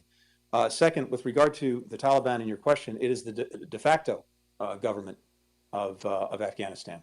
Those are just the facts. And I don't mean to interrupt, but I need to. Has there been any discussion of an Afghan government in exile, vice president, even if the president had left? Is there any discussion of that? Because this, to me, appears to be an armed military coup against the legitimate elected government of Afghanistan. Congressman, will certainly look to see what the lawyers say. From where I sit, this is the product, alas, of one side getting the upper hand in a civil war. Let me ask a couple of questions here on something too about that. So if we look at the list of new key players in the regime, we have the current prime minister who was deputy during the 9/11 attacks, the current deputy prime minister who served as #2 defense official during the 9/11 attacks, the current foreign minister who's your counterpart was the Minister of Culture and Information during the 9/11 attacks. And we have designated terrorists in key positions like those that are responsible for preventing Afghanistan from becoming a safe haven and terror once again. So we look at that list and we see those individuals who not only defended al-Qaeda, but have committed crimes against women and vulnerable populations. And I think anybody would look at that and say, this is the same regime that failed to hand over Osama bin Laden 20 years ago. But let me just ask you, have these individuals committed to denouncing al-Qaeda, to denouncing the Haqqani network, and ensuring that they will execute any attacks against them should they try to organize in their territory? Well, in the agreement that was secured by the previous administration, the Taliban, now represented by these individuals, made commitments not to allow Afghanistan to be used as a launching ground for externally directed terrorism, whether by al-Qaeda or by anyone else. The big question now, and you're right to point to it, is whether they will make good on that commitment. But of course, we can't and won't rely on them to do that, even as we insist that they do. Let me ask you too. Just thank you, and I'm sorry to cut you off. Just no, please go ahead. Quick points. Number one, we absolutely have to be executing any attack against al-Qaeda that we can, where we see them form. And secondarily, because I'm running out of time, let me stress to you the importance of State Department working hand in hand in a public and private way with these NGOs made up of former veterans that are doing stuff that unfortunately the government can no longer do. And let me encourage you to give them top cover and work with them to provide the assets necessary to get these people out. Thank you, Mr. Chairman, Mr. Secretary. I yield back. Let me just say, I really appreciate you saying that and putting the spotlight on that, because veterans groups are doing remarkable work. We're in close contact with them. I met with about 75 veterans organizations and groups virtually about a week ago. We followed up with a number of other meetings, and we deeply appreciate the work that many veterans on this committee, as well as organizations, are doing, and we're looking to work even more closely together on that. Thank you. Good news. I now recognize Representative David Cicilline of Rhode Island for 5 minutes. Thank you, Mr. Secretary. You explained that you inherited an agreement with a deadline but no plan, a backlog of 17,000 special immigrant visas, and a responsibility to evacuate safely both Americans and those who helped us in this effort. As a candidate, President Biden promised to end the war in Afghanistan, and he kept his word. I agree with him. It was the right thing to do. And while today's hearing is focused on the U.S. withdrawal, I think it would be a mistake to lose sight of the misjudgments and lessons learned over the long arc of the past 20 years, and I hope Congress will have an opportunity to do its own self-reflection. But I want to begin, Mr. Secretary, my question about the evacuation. You were cut off when you were trying to explain the vetting process, and I wonder if you could quickly finish that answer about what the State Department did with respect to vetting people that were being evacuated out of Afghanistan. Sure. And two things, and by the way, I very much agree with you, and I heard the chairman say at the outset that this committee, among other things, will be focusing on the 20-year history of our engagement in Afghanistan, and I think there are lots of lessons to be learned across the board through every administration, including our own. With regard to the vetting, two things I would point out here. First, we've spent a lot of time talking about the Special Immigrant Visa Program and our commitment, and the commitment I know of so many members of this committee, to the Afghans who worked with us, who stood side by side with us, and the work that we did these first months of the administration to take a program that was in pretty much a dead stall and to put it into Mr. Secretary, I don't want to be impolite, but if you could just quickly say what you did, because I know how thorough it was. Yeah. I have two more things I want to get to. Thank you. Simply put, when it comes to vetting people coming out of Afghanistan, they go to transit countries. We negotiated agreements with more than a dozen countries to transit Afghans at those countries, and we do security screenings there. We've sent Customs and Border Patrol agents to all of those countries. We have the law enforcement, intelligence, and security agencies all there doing vetting, biometrics, biographic information. Then they come to the United States, but before they're resettled anywhere, They're also at one of our military bases, and any vetting continues there. And under authorities that we've asked Congress for, including the ability for people who are resettled in a year's time to apply for a green card, the vetting and background authorities will continue so that if anything comes up, we can continue to do that. Great, thank you. As you know, Mr. Secretary, the LGBTQI community in Afghanistan is extremely vulnerable to punitive actions from the Taliban. It's important, in my view, that we take steps to ensure that those who would be subjected to violence or worse because of their sexual orientation or gender identity are safe. The Council for Global Equality, the Human Rights Campaign, and LGBTQI+ refugee support groups released a 10-point plan to protect Afghan LGBTQI refugees. My question is, have you seen this plan? And if so, is the administration prepared to implement it? And is it consistent with the presidential memorandum of early 2021 that speaks of the responsibility to help Afghan refugees that make it to neighboring states as outlined in that memorandum? Well, thank you for very rightly putting the spotlight on concerns about the LGBTQI+ community in Afghanistan and the particular threat that they may find themselves under. This is something that we are focused on. I have not personally seen the report that you referred to. I'm going to ask to see it. I'm pretty sure that my team has, but I'll take a look at that myself, and I thank you for sending it to us. Great, and I look forward to following up with you on that. And finally, Mr. Secretary, the Brown University Cost of War Project has compiled a sobering list of figures as it relates to post-9/11 conflicts, including Afghanistan. Trillions of dollars spent, over 900,000 lives lost in Afghanistan, 2,641 Americans, and 38 million people displaced around the world. And, Mr. Secretary, the war in Afghanistan went on, as you know, for 20 years, leading to extraordinary costs in terms of dollars spent, lives lost, and political capital expended. Taking stock of these costs, my question is, what do you think are the most important lessons after 20 years in Afghanistan and 20 years of post-9/11 conflict that we should learn? I think all of us have to come together to do just that, to try to look at the lessons and then reflect those lessons in what we do together going forward. To my mind, at least, one of the lessons is while we are very effective at dealing with terrorist threats to our country and eliminating them, which we did very successfully in Afghanistan, the idea of using military force to try to remake a society is something that is beyond our means and beyond our capacity. And we need to think really hard about whether we want to engage in these enterprises going forward. You're right to point to the cost. Let me just say very quickly, I think that Brown study concluded that on the basis of about $2 trillion being spent on Afghanistan over the last 20 years, when you include indirect costs, that averages out to $300 million a day for 20 years. And I know people will say, well, that wasn't the case the last year or so, but had we not ended the war and brought our people home, we would have had to have re-upped it to deal with the renewed attacks by the Taliban, to deal with the onslaught nationwide. And those costs would have gone right back up again. And we have to ask ourselves very hard questions about whether that is the right way to spend our money. Thank you. Gentleman's time has expired. I now recognize Representative Lee Zeldin of New York for 5 minutes. Mr. Secretary, one of my colleagues claimed earlier in this hearing that the last administration's agreement with the Taliban was unconditional. That was false. In fact, you, sir, actually started to outline some of those conditions, and you were stopped. To recap, Mr. Secretary, the last administration's agreement with the Taliban was conditions-based, correct? The conditions that you refer to included a commitment not to allow Afghanistan to harbor outwardly directed terrorists. It had very loose, let me just be clear, though, to respond to your question. I know you listed it earlier, but the question is, it was a conditions-based agreement, correct?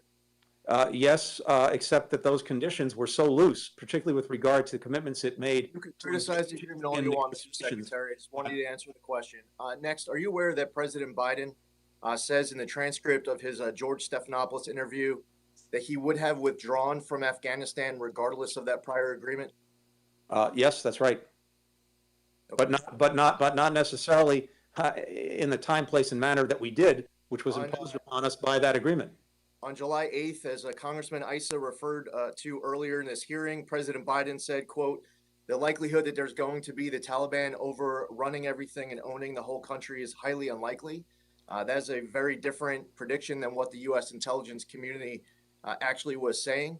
Mr. Secretary, where did the president get the highly unlikely intelligence estimate from?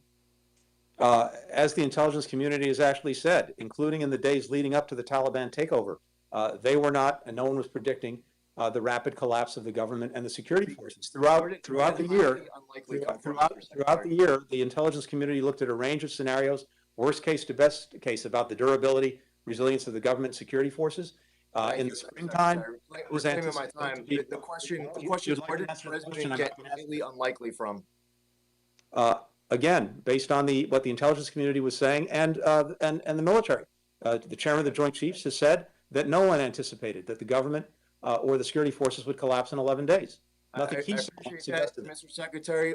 It would be good, though, if you were giving answers that were consistent with the answers that we were getting behind a closed-door briefing that we had with you and others. What is the number of Americans who are in Afghanistan as of the last update you received?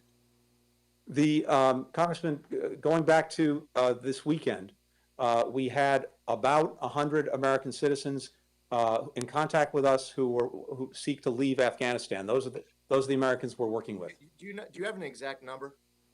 I can't give you an exact number. We were talking about this a little bit earlier. It's really a snapshot at any given moment, because what happens is. I asked you as of the last update you received. Yeah, as of the last update, it was about 100. Okay, how many green card holders? Green card holders is something that we don't track directly. So what we've done is we've solicited people, if they are green card holders, to let us know. I think the best estimates are that there's several thousand green card holders in Afghanistan. How many SIV applicants? SIV applicants, those are numbers that we're working on right now as people come out of Afghanistan, some of them in the United States already, others at these transit points. We're collecting all of that information. The overwhelming majority of Afghans who've come out are Afghans who are at risk in one way or another. Some of them will be SIVs, applicants. Others will be people who are eligible for refugee visas. Still others will be at risk in some fashion. We are putting all those numbers together, and we should have that in the next couple of weeks. Yeah, I mean, this was fatally flawed, poorly executed. We had the loss of U.S. service members as a result. We should not have been operating off of an arbitrary July 31st deadline. Instead, what we should have done was tell the Taliban that we are going to leave Afghanistan when we're done bringing every last American home, not operating off of some arbitrary date. We shouldn't have collapsed Bagram when we did. We shouldn't have been relying on the Taliban to provide security at the airport. We shouldn't have been allowing billions of dollars worth of U.S. weapons and equipment to get turned over to Afghanistan.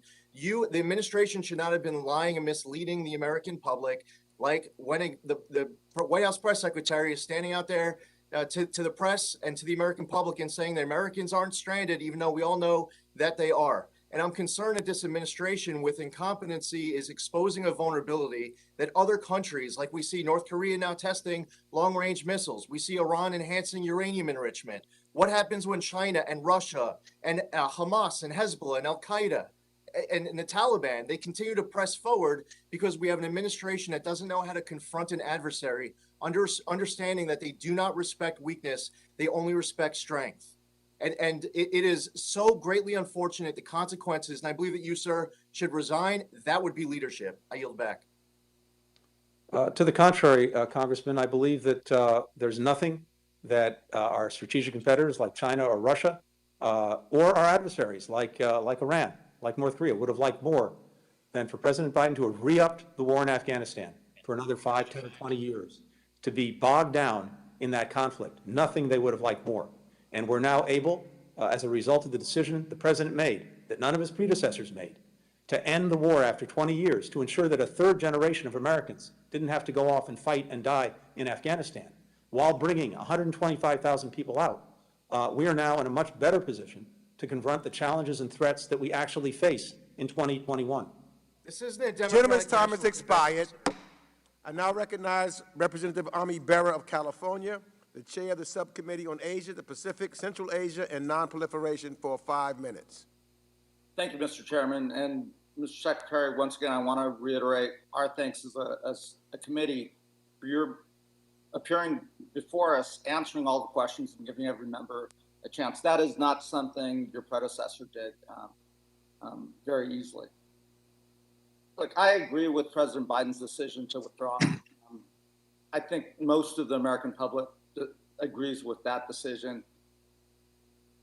I sat in many hearings, sat in many classified and open briefings as we were looking at various scenarios of what that withdrawal looks like, what the capabilities of the Afghan government were. And, you know, unfortunately, the worst case scenario played out. And, you know, the images that we saw coming out of Afghanistan were painful, frankly, in the last few weeks of August. And I do think the men and women in the military and State Department in difficult circumstances stepped up. I do think the logistics of that airlift and getting the numbers of American citizens, visa holders, SIVs, vulnerable Afghans out in such a short period of time was remarkable. I think we all mourn the loss of life of Afghan civilians, but also the 13 men and women that were serving our country and meeting the mission. And there will be time to kind of go through and do the oversight and get a sense of where did our estimates go wrong? Where were the flaws?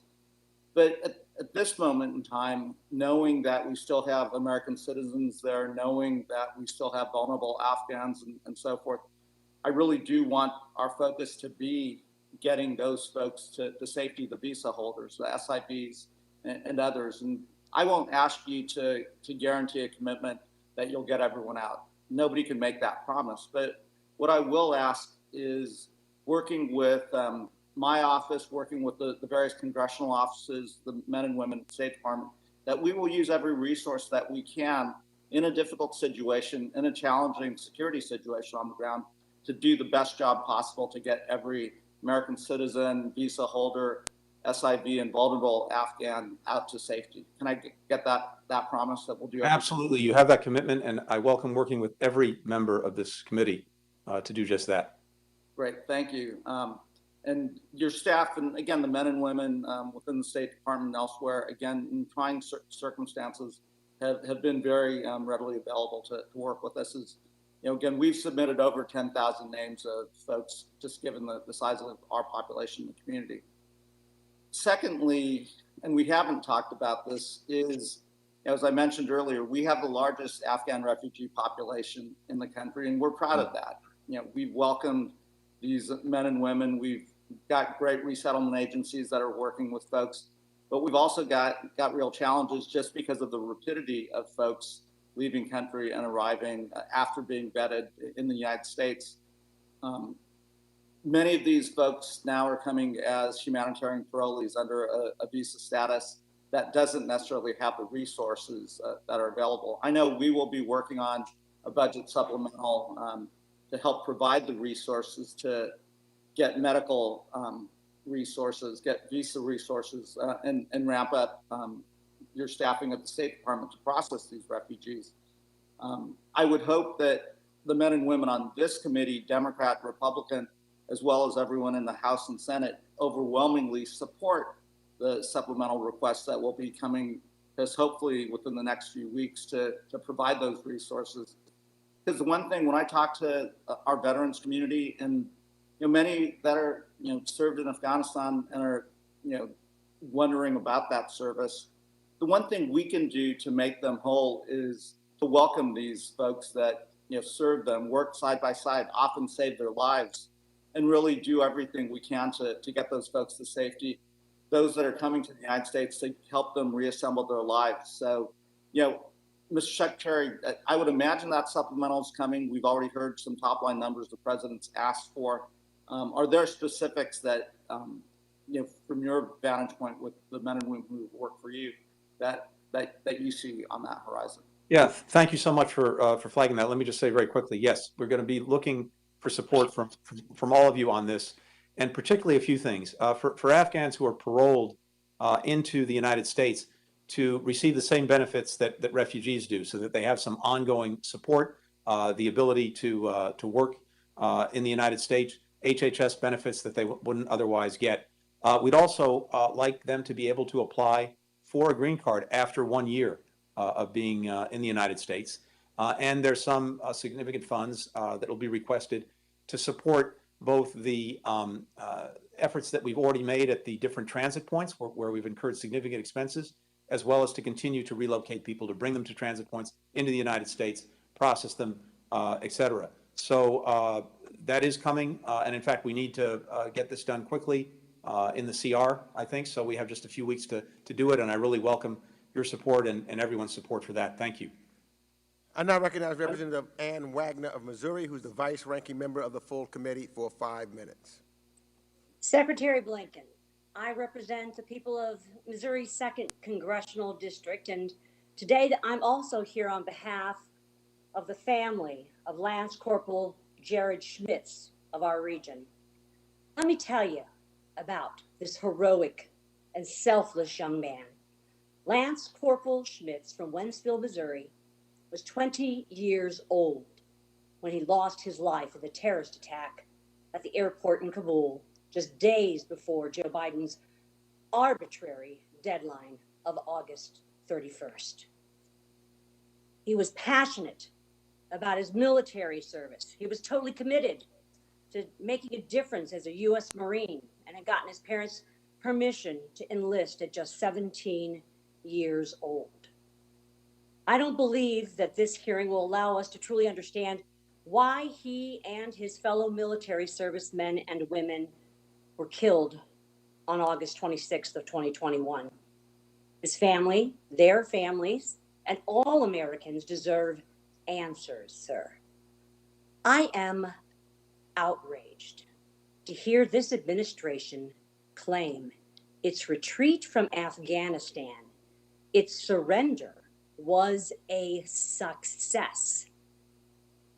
How could anyone say that 13 precious young men and women who lost their lives is a success?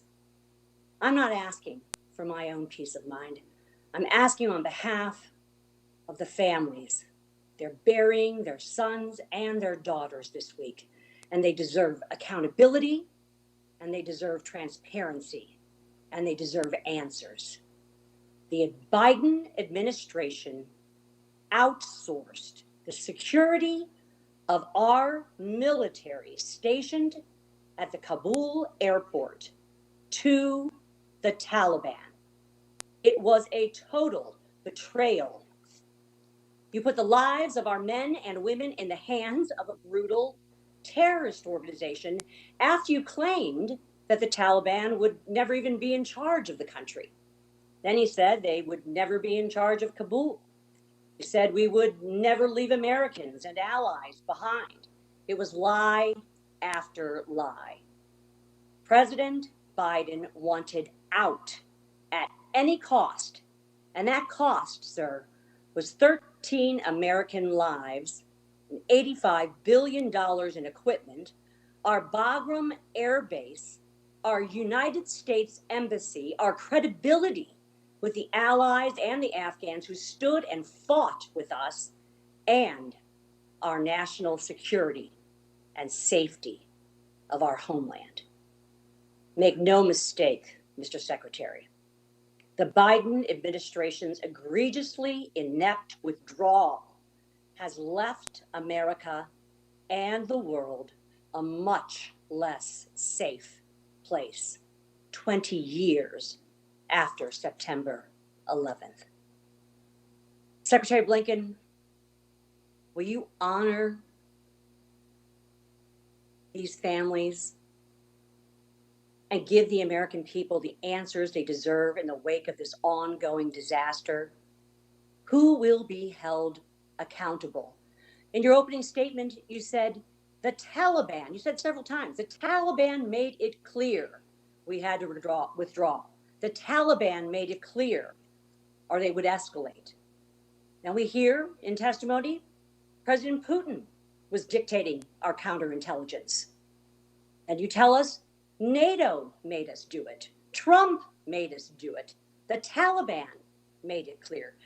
Do you take any responsibility, Secretary Blinken, for this disastrous withdrawal, or do you still want to call it a success? Congresswoman, I'm responsible for the decisions that I make. I'm responsible for the actions of the State Department.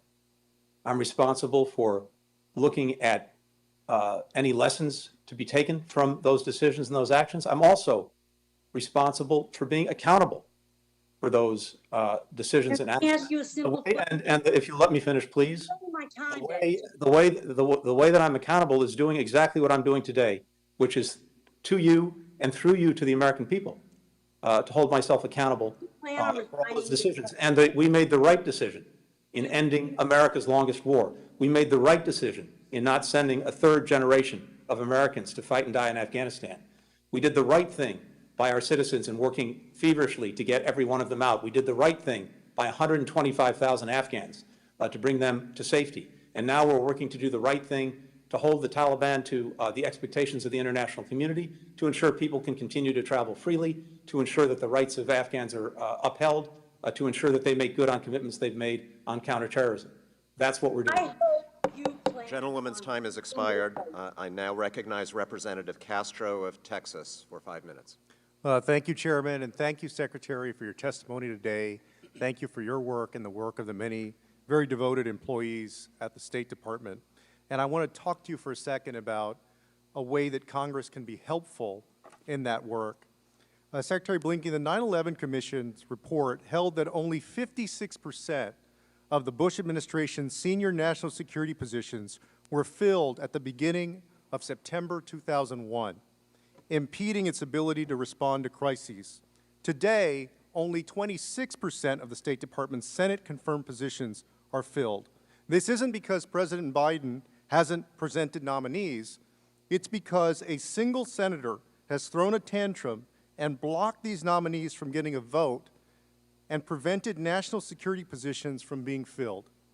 So I'm going to ask you a few yes or no questions regarding very important staffing at the State Department.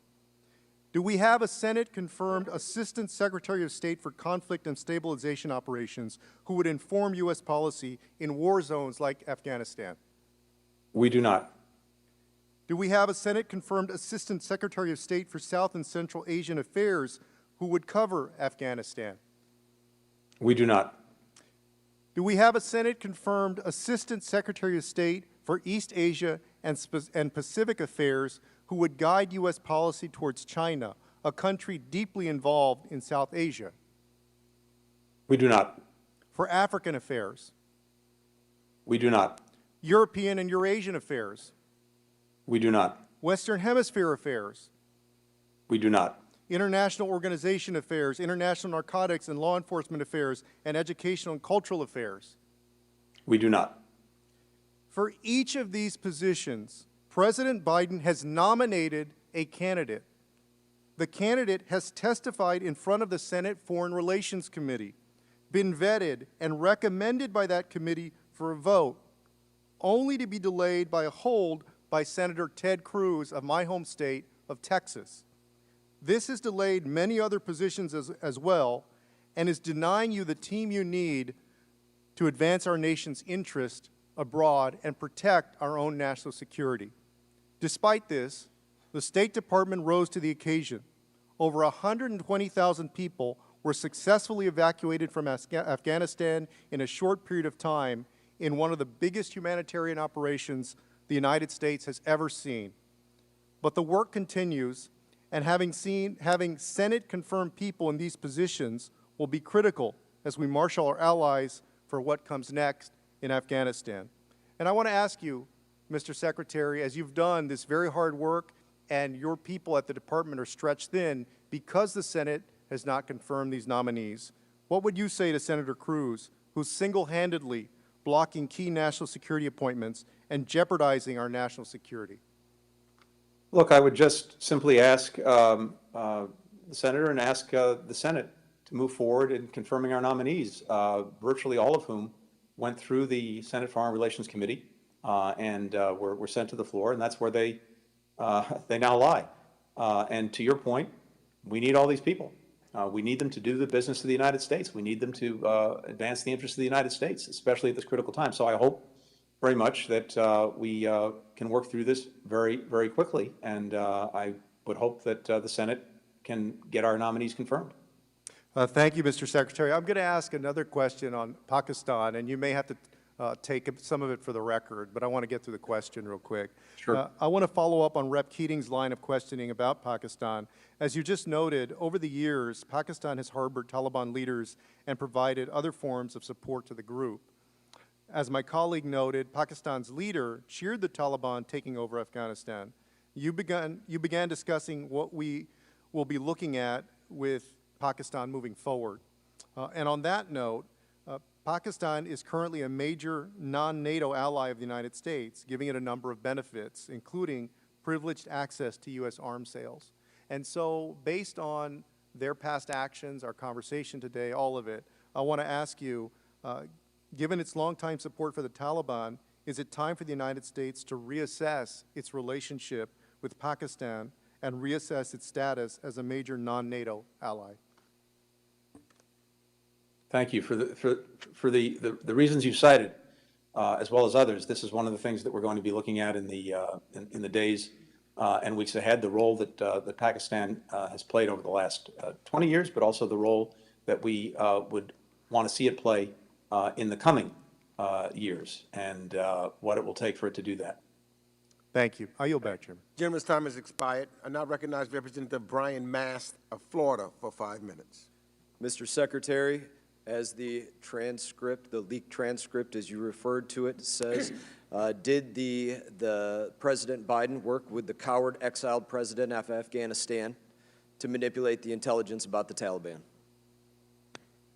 What the President said to then President Ghani in private is exactly what he said in public, that the issue was not whether Afghanistan had the capacity to withstand the Taliban. It's whether it had the will and the plan to do so. He urged him the transcript is a lie. It's have false. that plan. It's incorrect. He did not and work. to bring people together in You're unity. saying it's false, it's a lie, it's incorrect. He did not work to tamp down the intelligence on the Taliban.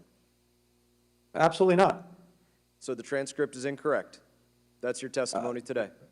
That the intelligence that we had, we've already discussed at some length about what the assessments were of the Taliban and its capacity to take over the country. I think that everybody looking for an explanation about what happened and how everybody got it so wrong, how your administration got it so wrong, needs to look at that as the most likely explanation, asking the president to manipulate the intelligence of what was actually going on with the Taliban. And I'm going to tell you the 13 families that deserve most to really hear the honest answers on that. It's these families. Marine Lance Corporal Kareem Nakui. His family deserves to truly know that. Marine Corporal Dagan Page. His family truly deserves to know if that's why they are missing their son, because intelligence was manipulated. Marine Lance Corporal Riley McCullum, 20, wife expecting their first child. Sister said he was going to be the best dad ever. They deserve to know if that's what happened and that's why everything went so wrong. Marine Sergeant Nicole Gee, 23 years old. You can see her there holding a young child. Her family deserves to know if that's why everything went so wrong, because that intelligence was manipulated. Marine Lance Corporal David Espinoza, just 20 years old. Family deserves to know if that's why everything went so wrong, is because the intelligence was manipulated. Marine Corporal Humberto Sanchez, just 22 years old. Mother said, "My kid was a hero." That's what was said. That's what his mother said. Deserves to know if that's why everything went so wrong, because the intelligence got manipulated. Marine Lance Corporal Jared Smits, just 20 years old. Family deserves to know if that's why everything went so wrong. Marine Corporal Hunter Lopez, just 22, son of 2 sheriffs, plan to follow in their footsteps. Their family deserves to know if that's why everything went so wrong, is because you all worked to manipulate the intelligence of what was going on the ground there. Marine Corps Staff Sergeant Darren Hoover. His family said, "I love you, son. Check in on us. We will try to make you proud." They deserve to know if that's what happened, if that's how everything went so wrong in Afghanistan. Marine Corps Sergeant Johanny Rosario Picardo. Family deserves to know if that's why everything went so wrong, because you all worked to manipulate the intelligence of what was going on with the Taliban. Marine Lance Corporal Dylan Marola, just 20. Family said he always had a smile on his face, was the kindest person. They deserve to know if that's why everything went so wrong, because you all manipulated intelligence. Army Staff Sergeant Ryan Canals. The ultimate honor he could give was to give back to his country. He would not be sorry. He would not regret it. That's what his family said. They deserve to know if you manipulated intelligence, if President Biden manipulated intelligence, and that's what led to everything going so wrong. Navy Corpsman Maxton Soviak, just 22. His family deserves to know if that's why everything went so wrong. We deserve hearings on what's going on with that leaked transcript. We deserve to know why there are others that remain in Afghanistan. Mark Frericks, Navy veteran, disappeared in Coast Province January 30 of 2020. We deserve to know what's going on with his release. These are things that have to be answered for. I do not believe whatsoever what you're saying about the administration not working to manipulate that intelligence. To me, that is the most logical explanation of how so many in the intelligence community got this so wrong about what was going to happen in Afghanistan. Why it would seem somehow logical for President Biden to leave the, quote, most advanced military weaponry, why some would not speak out against that if they were getting the false intelligence because it was coming from the top down to manipulate it. In my opinion, that's absolutely aid and comfort to the enemy. I absolutely wonder if you were complicit in this as well. I find it hard to believe that President Biden would do that without you being aware of this, and these are things that we deserve to know better answers, have better hearings on this. I do not believe a word that you're saying on this. Simply put, I do not wish to hear from you. I'm not simply yielding you a put, moment Congressman, of what time. you've I'm said not is yielding dead you a moment wrong. of time. I don't wish There to is hear your no lies. manipulation You've of heard your intelligence, lies when you step period. up in front of the camera. And Not listening you to have all been Don't wish to hear regularly your lies. apprised of the No, intelligence thank you for your assessments. lies. Gentlemen, the gentleman will Not looking to suspend. hear your lies. The gentleman's time. Not looking to hear the gentleman's Secretary's time lies. has expired. And so has the The Secretary. gentleman's time has Yes, expired. so is the Secretary. The Secretary can answer the question. I didn't ask him a question. You did ask a I question. don't want to hear from the Secretary. The gentleman's time he lies to has us when he expired. steps in front of the camera. That's The what he gentleman's does. time Lies to us when he has steps in front of the expired. camera. Mr. Expects the Secretary, Taliban to live up the to their gentleman's commitment to time counterterrorism. Least has believable answered. thing I've ever heard. The gentleman's time has expired. People need to use common The sense with gentleman's this time Secretary. has expired. We're here to hear from the Secretary. Not to hear lies. The gentleman's time has expired. Mr. Secretary, if you wish, you may answer the question. We don't need to hear lies. Thank you, Mr. Chairman. Just to respond briefly, what the Congressman said is simply wrong, period. Second, I think virtually every member of this committee has had access to or been apprised of the intelligence assessments throughout the year. And you know what they were, you know what they are. And we will continue to provide those assessments and those briefings in the weeks and months ahead. You've heard the Chairman of the Joint Chiefs of Staff say that he has not seen anything that indicated to him or to anyone else that the Afghan government and military would collapse in 11 days. The Director of National Intelligence has said that even in the days leading up to the Taliban takeover, intelligence agencies did not say collapse was imminent. This unfolded more quickly than we anticipated, including in the intelligence community. And I could go on. So what has been said and alleged is simply not true. And that would be. I now recognize the gentlewoman from Nevada, President Ms. Dina Biden was Titus from manipulating Nevada, intelligence. is now Obvious recognized assessment. for That 5 makes minutes. sense. That's why it all adds up. The gentleman's Mr. time has Chairman. expired. He definitely And the proved gentleman point. will cease immediately. He definitely proved the The point. gentleman Well, will thank you. cease immediately. Well, he proved the point. Thank you for letting him prove it. I appreciate that. I now recognize the gentlelady from Nevada, Representative Dina Titus, for 5 minutes. Thank you very much, Mr. Chairman, and Mr. Secretary, for being here. I'd like to go back to a point made by Mr. Conley on the Doha agreement. I wonder if you would discuss for us what impact you think that agreement may have had on the morale of the Afghan Defense Forces and on the unity of the Afghan government. Well, that agreement committed the United States to leave Afghanistan by May 1st of this year. And so that certainly factored into the thinking and concerns of the Afghan government and of the Afghan security forces. The extent of that impact, hard to know for sure, but certainly that had to factor into their thinking and as well as into their concerns. I believe so, and that led to that perhaps quicker than realized collapse that occurred that we didn't anticipate. I get just a couple of other questions.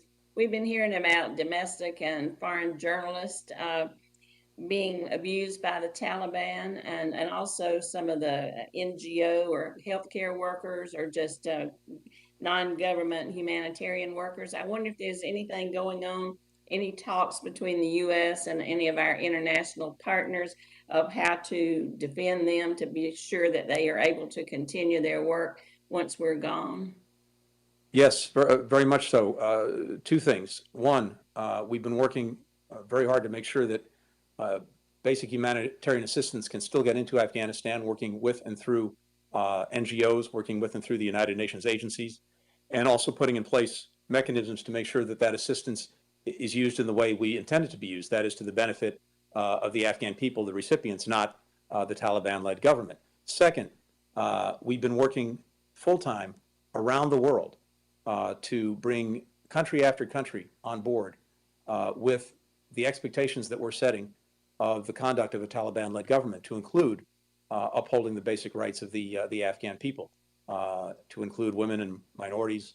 And we have put in place a UN Security Council resolution setting those clear expectations. More than 100 countries around the world, led by our efforts, have signed on to that. And to the extent the Taliban is looking for any kind of legitimacy or any kind of support from the international community, that will not be forthcoming in any fashion if it's not making good on those basic expectations and on commitments it itself has made. So going forward, its conduct will define its relationship with the rest of the world.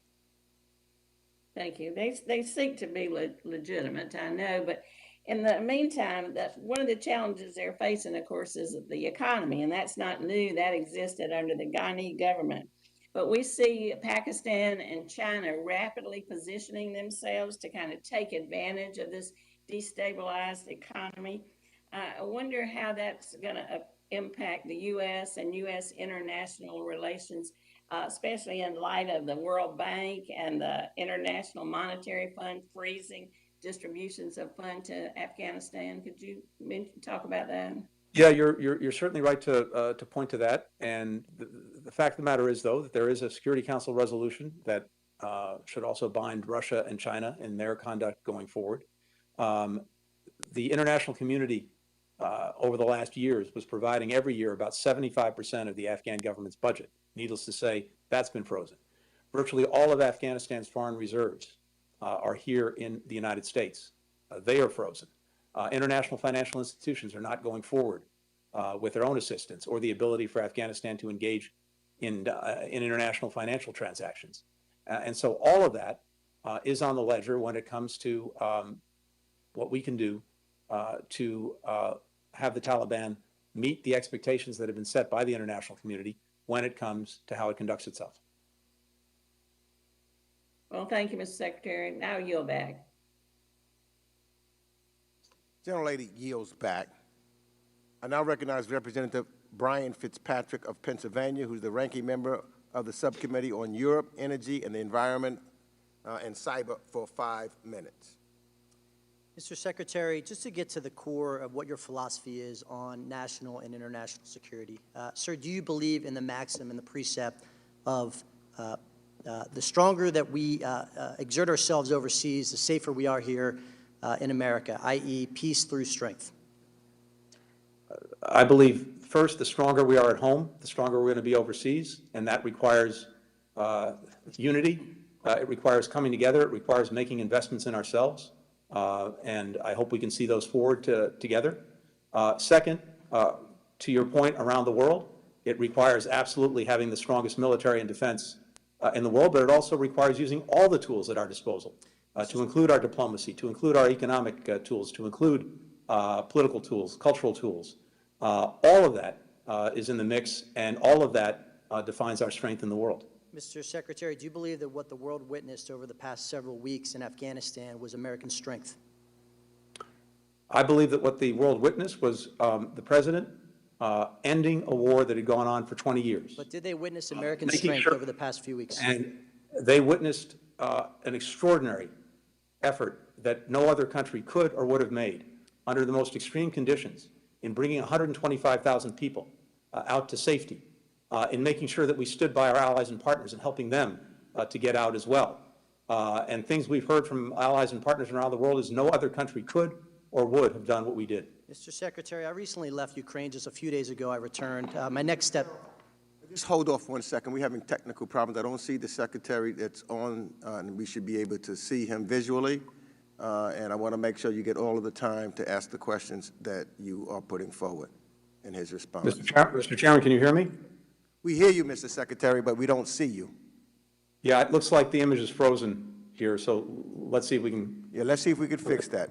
The technical staff is working on it. I want to make sure Mr. Fitzgerald gets all of the time. Mr. Fitzpatrick, what did I say? Mr. Fitzpatrick. How's that, Mr. Chairman? Okay, I don't have a visual of the secretary. Now, okay. Did I get my timer claim, sir? Yes, let's give Mr. Fitzpatrick how much time when I stopped him? It should be 4 minutes and 10 seconds. No, when I stopped, I continued the questions that you had asked, but when I stopped, 4 minutes? Okay. Fine. We can resume from Mr. Secretary, I just returned from Ukraine 2 days ago. My next stop will be Taiwan. Yes. Sir, these people are scared to death. They're scared to death. So can we get you on the record here today, sir, to tell this committee, this Congress, and our nation that we will unequivocally and unapologetically do whatever it takes to have the backs of our friends in Ukraine and our friends in Taiwan, our friends in Ukraine in the event of Russian aggression, our friends in Taiwan in the event of Chinese aggression? Absolutely. We stand by our commitments to both countries. And we will do whatever it takes to defend them.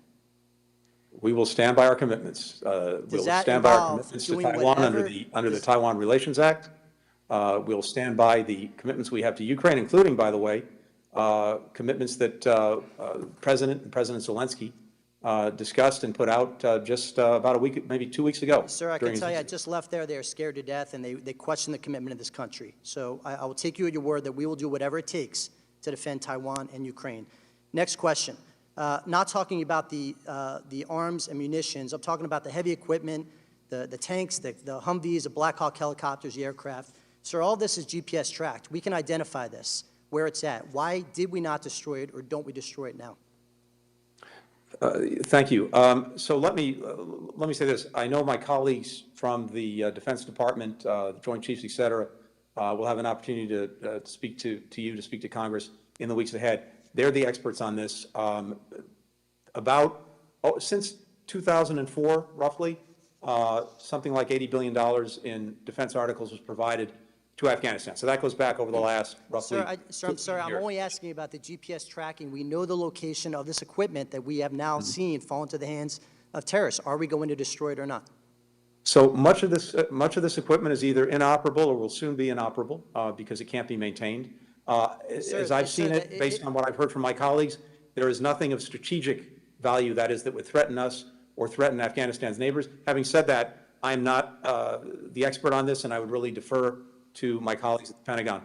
Mr. Secretary, do you believe that America should ever in any way capitulate to terrorists? Absolutely not. Do you believe, sir, that allowing the Taliban to run perimeter Hathaway with American troops on the inside of that perimeter, relying on the Taliban to keep ISIS out, and American citizens, passport holders on the outside of the perimeter, relying on the Taliban to get in, that is capitulating to terrorists? The reality is that the government and Afghan National Security Forces collapsed. The reality is that the Taliban took over Kabul, as well as much of the country. That was the reality we were dealing with. And the judgment of all of us, starting with our military commanders, including the people on the ground, was that our job was to work to get as many people out as possible, American citizens, Afghans at risk, and because the Taliban controlled the city, that required some coordination with them to get people through and to the airport. Sir, to an 18-year-old Afghani girl who may be watching this hearing today, who was born after 9/11, who knows nothing of what it's like to live under Taliban rule, who had hopes and dreams, who's in school, who wanted to be a female journalist, to help women and young girls rise up in Afghanistan, who now feels betrayed by the actions of this administration, what is your message to her? I spoke to a number of young Afghan women, including 18, 19, 21-year-olds, just about a week ago in Doha, actually in Ramstein, Germany, Do you where believe their lives are at many risk right now? relocated. And we talked about their futures. We talked about the futures of Afghan women and girls Under the who remain in Taliban? Afghanistan. Under the Taliban. And we talked about the ongoing commitment that the United States has and countries around the world have to do everything we can to support those women and girls going forward. Gentleman's time has expired. I now recognize Representative Ted Lieu of California for 5 minutes. Thank you, Chairman Meek, and thank you, Secretary Blinken, for your public service. When I served on active duty in the United States Air Force, I participated in Operation Pacific Haven, where we airlifted thousands and thousands of Kurds out of northern Iraq because Saddam Hussein was going to go in and kill them. We worked with the State Department and other U.S. agencies, and it was a very difficult mission. So I want to commend you and the State Department and all the U.S. personnel who executed an evacuation of over 120,000 people under immense danger. That was a remarkable feat that all of you did. And I also want to honor the 13 Marines that gave their lives in service to our country. What I'd like to ask you about is the document that started all of this, the February 29th document, 2020. That document was negotiated by the Trump administration with the Taliban, correct? That's correct. The Trump administration signed that document, correct? That's correct. And under that document, it had a very specific date for withdrawal of all U.S. forces. Isn't that right? That's correct. I'm going to read you what the document says because I think my Republican colleagues need to hear this and the American people. On the very first page of the February 29th, 2020 agreement that the Trump administration signed with the Taliban, it states, the United States is committed to withdraw from Afghanistan all military forces of the United States, its allies and coalition partners, including all non-diplomatic civilian personnel, private security contractors, trainers, advisors, and supporting services personnel within 14 months following announcement of this agreement. That's a very specific timeline, isn't it? It is. In fact, it gets even more specific. It says that in the first 135 days, the United States, its allies, and the coalition will withdraw all their forces from 5 military bases. Did Donald Trump do that? He did. Yeah. In fact, when you read this document, let's just be clear. This is a surrender document. Donald Trump surrendered to the Taliban, and he said, we are leaving Afghanistan, we're not coming back, and we're not going to fight you anymore. Now, our Republican colleagues want to say that somehow it's conditions-based. And did you notice that earlier, they didn't want you to talk about the conditions? Because the main condition is that the Taliban was going to stop attacking U.S. forces. Isn't that correct? That is correct. Do you know how many U.S. forces died in the first year of the Trump presidency in 2017, Secretary Blinken? Approximately 14. Mm-hmm. Do you know how many died in 2018, the second year of the Trump presidency? How many U.S. forces died in Afghanistan? Approximately 14. In 2019, the third year of the Trump presidency, do you know how many U.S. forces died in Afghanistan? Approximately 21. And then Republican colleagues say, hey, for a whole year and a half, U.S. forces didn't die. That's because the Taliban stopped attacking U.S. forces because of this agreement. Isn't that right? That is correct. And if the Biden administration had somehow said, hey, just kidding, we're not leaving Afghanistan, we're going to renege on this agreement, the Taliban would have started attacking U.S. forces again. Isn't that correct? That is correct. And in fact, Donald Trump withdrew over 15,000 U.S. troops at the height in Afghanistan during his presidency, down to 2,500 by the time President Biden inherited office. Isn't that right? Yeah, that's about right. I think he had about 13,500 when the administration started, down to 2,500 when the administration ended. So Donald Trump executed not only this surrender agreement, but also 70 to 80% of the surrender of the withdrawal. And he left you all with nearly 2,500 U.S. troops, and the Taliban was still meeting their condition of not attacking U.S. forces. Isn't that right? That is correct. They literally put in a box that you had to withdraw all U.S. forces, or else they essentially would start attacking our forces again. Isn't that right? Attacking our forces and engaging in an offensive against Afghanistan cities, which they'd refrained from. And the reason we know intelligence wasn't manipulated It's because the Trump administration, in fact, would not have agreed to a specific date certain to withdraw all U.S. forces if they knew the Afghan government would collapse in 11 days after that. Isn't that right? It stands to reason. In fact, it was a bipartisan, you can call it not understanding what's happening in Afghanistan, but this was happening over 20 years. Isn't that right? That we were getting rosy assessments on a bipartisan basis that turned out not to be all that accurate. I believe that's correct, and certainly I saw that from my previous service in government. Great. So let's just be clear here. It was Donald Trump who signed and negotiated the surrender agreement that, by the way, released 5,000 Taliban prisoners. Isn't that right? It did release 5,000 prisoners, yes. So Donald Trump, the administration, signed this agreement, negotiated it, executed it, and then President Biden completed the withdrawal. That is what happened. Gentleman's time has expired. The gentleman's time has expired. I now recognize Representative Tim Berkshire of Tennessee for 5 minutes.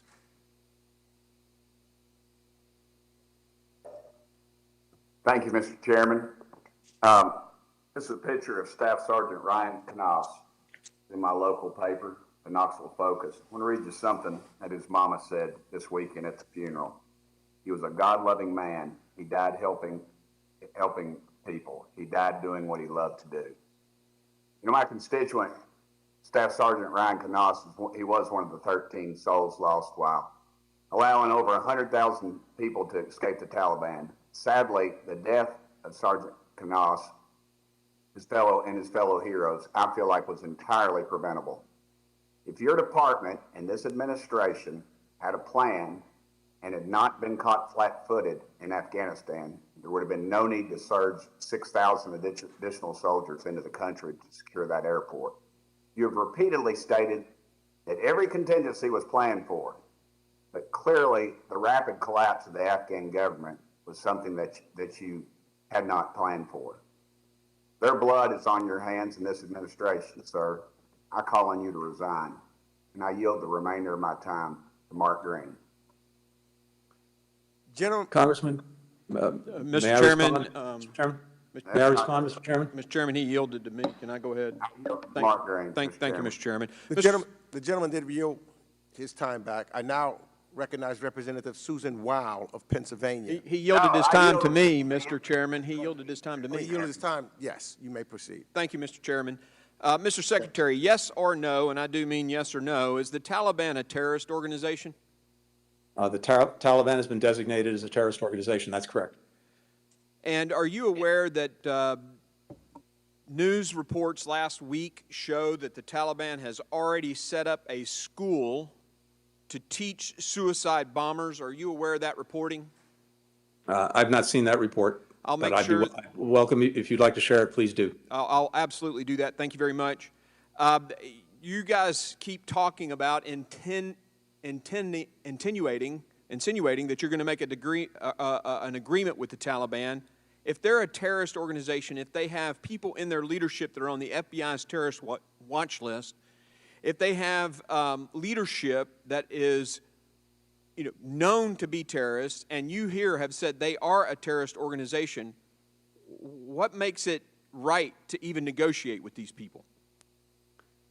Anything we do, Congressman, will be for purposes of advancing the interests and national security of the United States. And those interests, among other things, involve ensuring that people can continue to travel freely out of Afghanistan, including any remaining American citizens who want to leave. Well, if I could on that note, counterterrorism commitments, very much related to that point, if I could, government, we will do so in a way that's fully consistent with our laws. Mr. Secretary, I'm reclaiming my time. On that note, you have said, and we have said, and your department has said, and the DOD has said to people who are sitting over there, now that we're all gone, they should destroy their documents because the Taliban are searching them and killing them with those documents. You say you got a plan to get those people out of there, but they can't get on an airplane without documents. You have nobody over there to print them documents. How are they going to get out of there? What is your plan if they have no documents? Your people told them to destroy the documents. DOD said destroy the documents. We've told them, because we're talking to hundreds of them on the phone, U.S. citizens, SIVs. What's the plan? We did not tell people to destroy documents, although I understand that some people did for understandable reasons in many cases. Yeah, we've got the pictures of the people- dead bodies. I mean, I can show you the videos that friends of mine, former interpreters that I know, are videoing and sending to me. I can send those to you. They're destroying those documents because they don't want to wind up on a dirt road bleeding to death. So what's the plan to get those individuals who have no documents now out of that country? The plan is this. First, the Taliban-led government has made commitments to recognize documents to exit the country, to include U.S. passports, to include green cards, to include visas. For those who have those documents, we're working with other partners, including Qatar.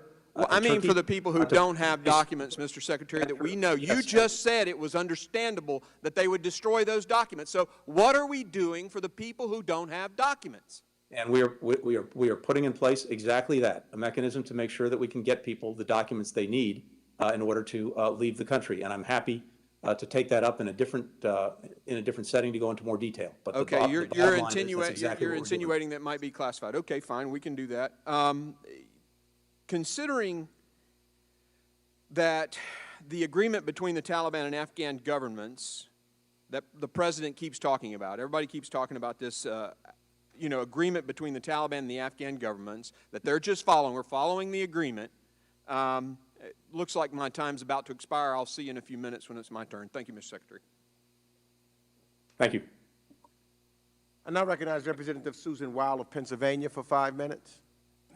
Thank you, Mr. Chairman. Secretary Blinken, we just received word in my office this past weekend that one of my constituents here in Pennsylvania 7, an American citizen, has been successfully evacuated from Afghanistan and is now safely in Qatar. She is a wife and mother, and I want to thank you and the State Department officials who worked so hard with my team to ensure this successful outcome, and I hope for Glad to hear that. I hope for many more. Mr. Secretary, like all of my colleagues here, I've been working with my team to assist vulnerable Afghan allies who worked shoulder to shoulder with service members from our communities. And I have to say that over the course of the evacuation, it was beyond heartbreaking to see that in the vast majority of cases, the Afghan allies we were trying to assist were simply not getting out or receiving any useful information, even with members of Congress getting involved.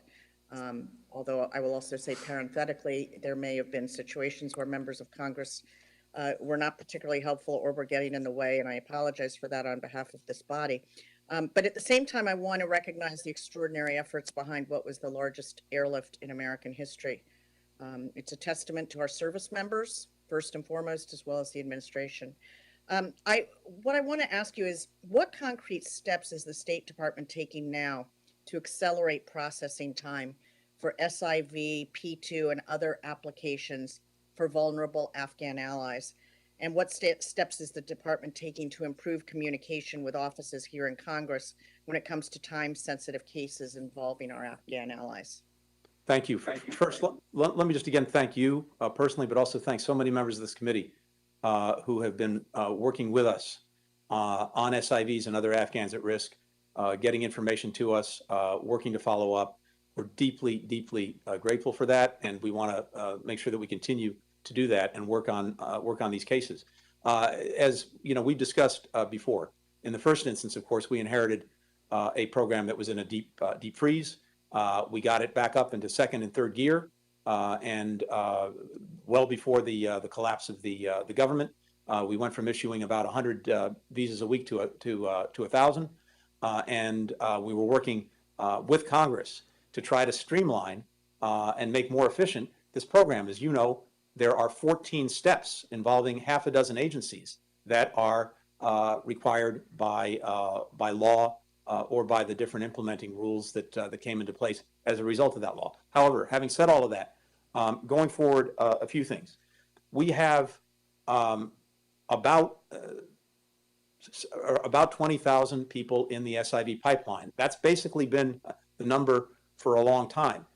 It's accumulated over many years, and it's stayed more or less in that area because more people, even today, continue to start the application process. But as you know, the most critical moment in the application process is what's called chief of mission approval. That's the point at which people are found to be, in fact, eligible for the program. They meet the requirements. And of all the people applying to the program, 40% don't make it through chief of mission approval because it turns out that they don't qualify. Now, some of that is because they don't have the necessary documentation required, again, by law to demonstrate their eligibility. Much of that is because of the many people applying for SIVs. The majority, well over the majority, worked for DoD contractors primarily. These are not the interpreters and translators. These are folks who work for contractors or subcontractors.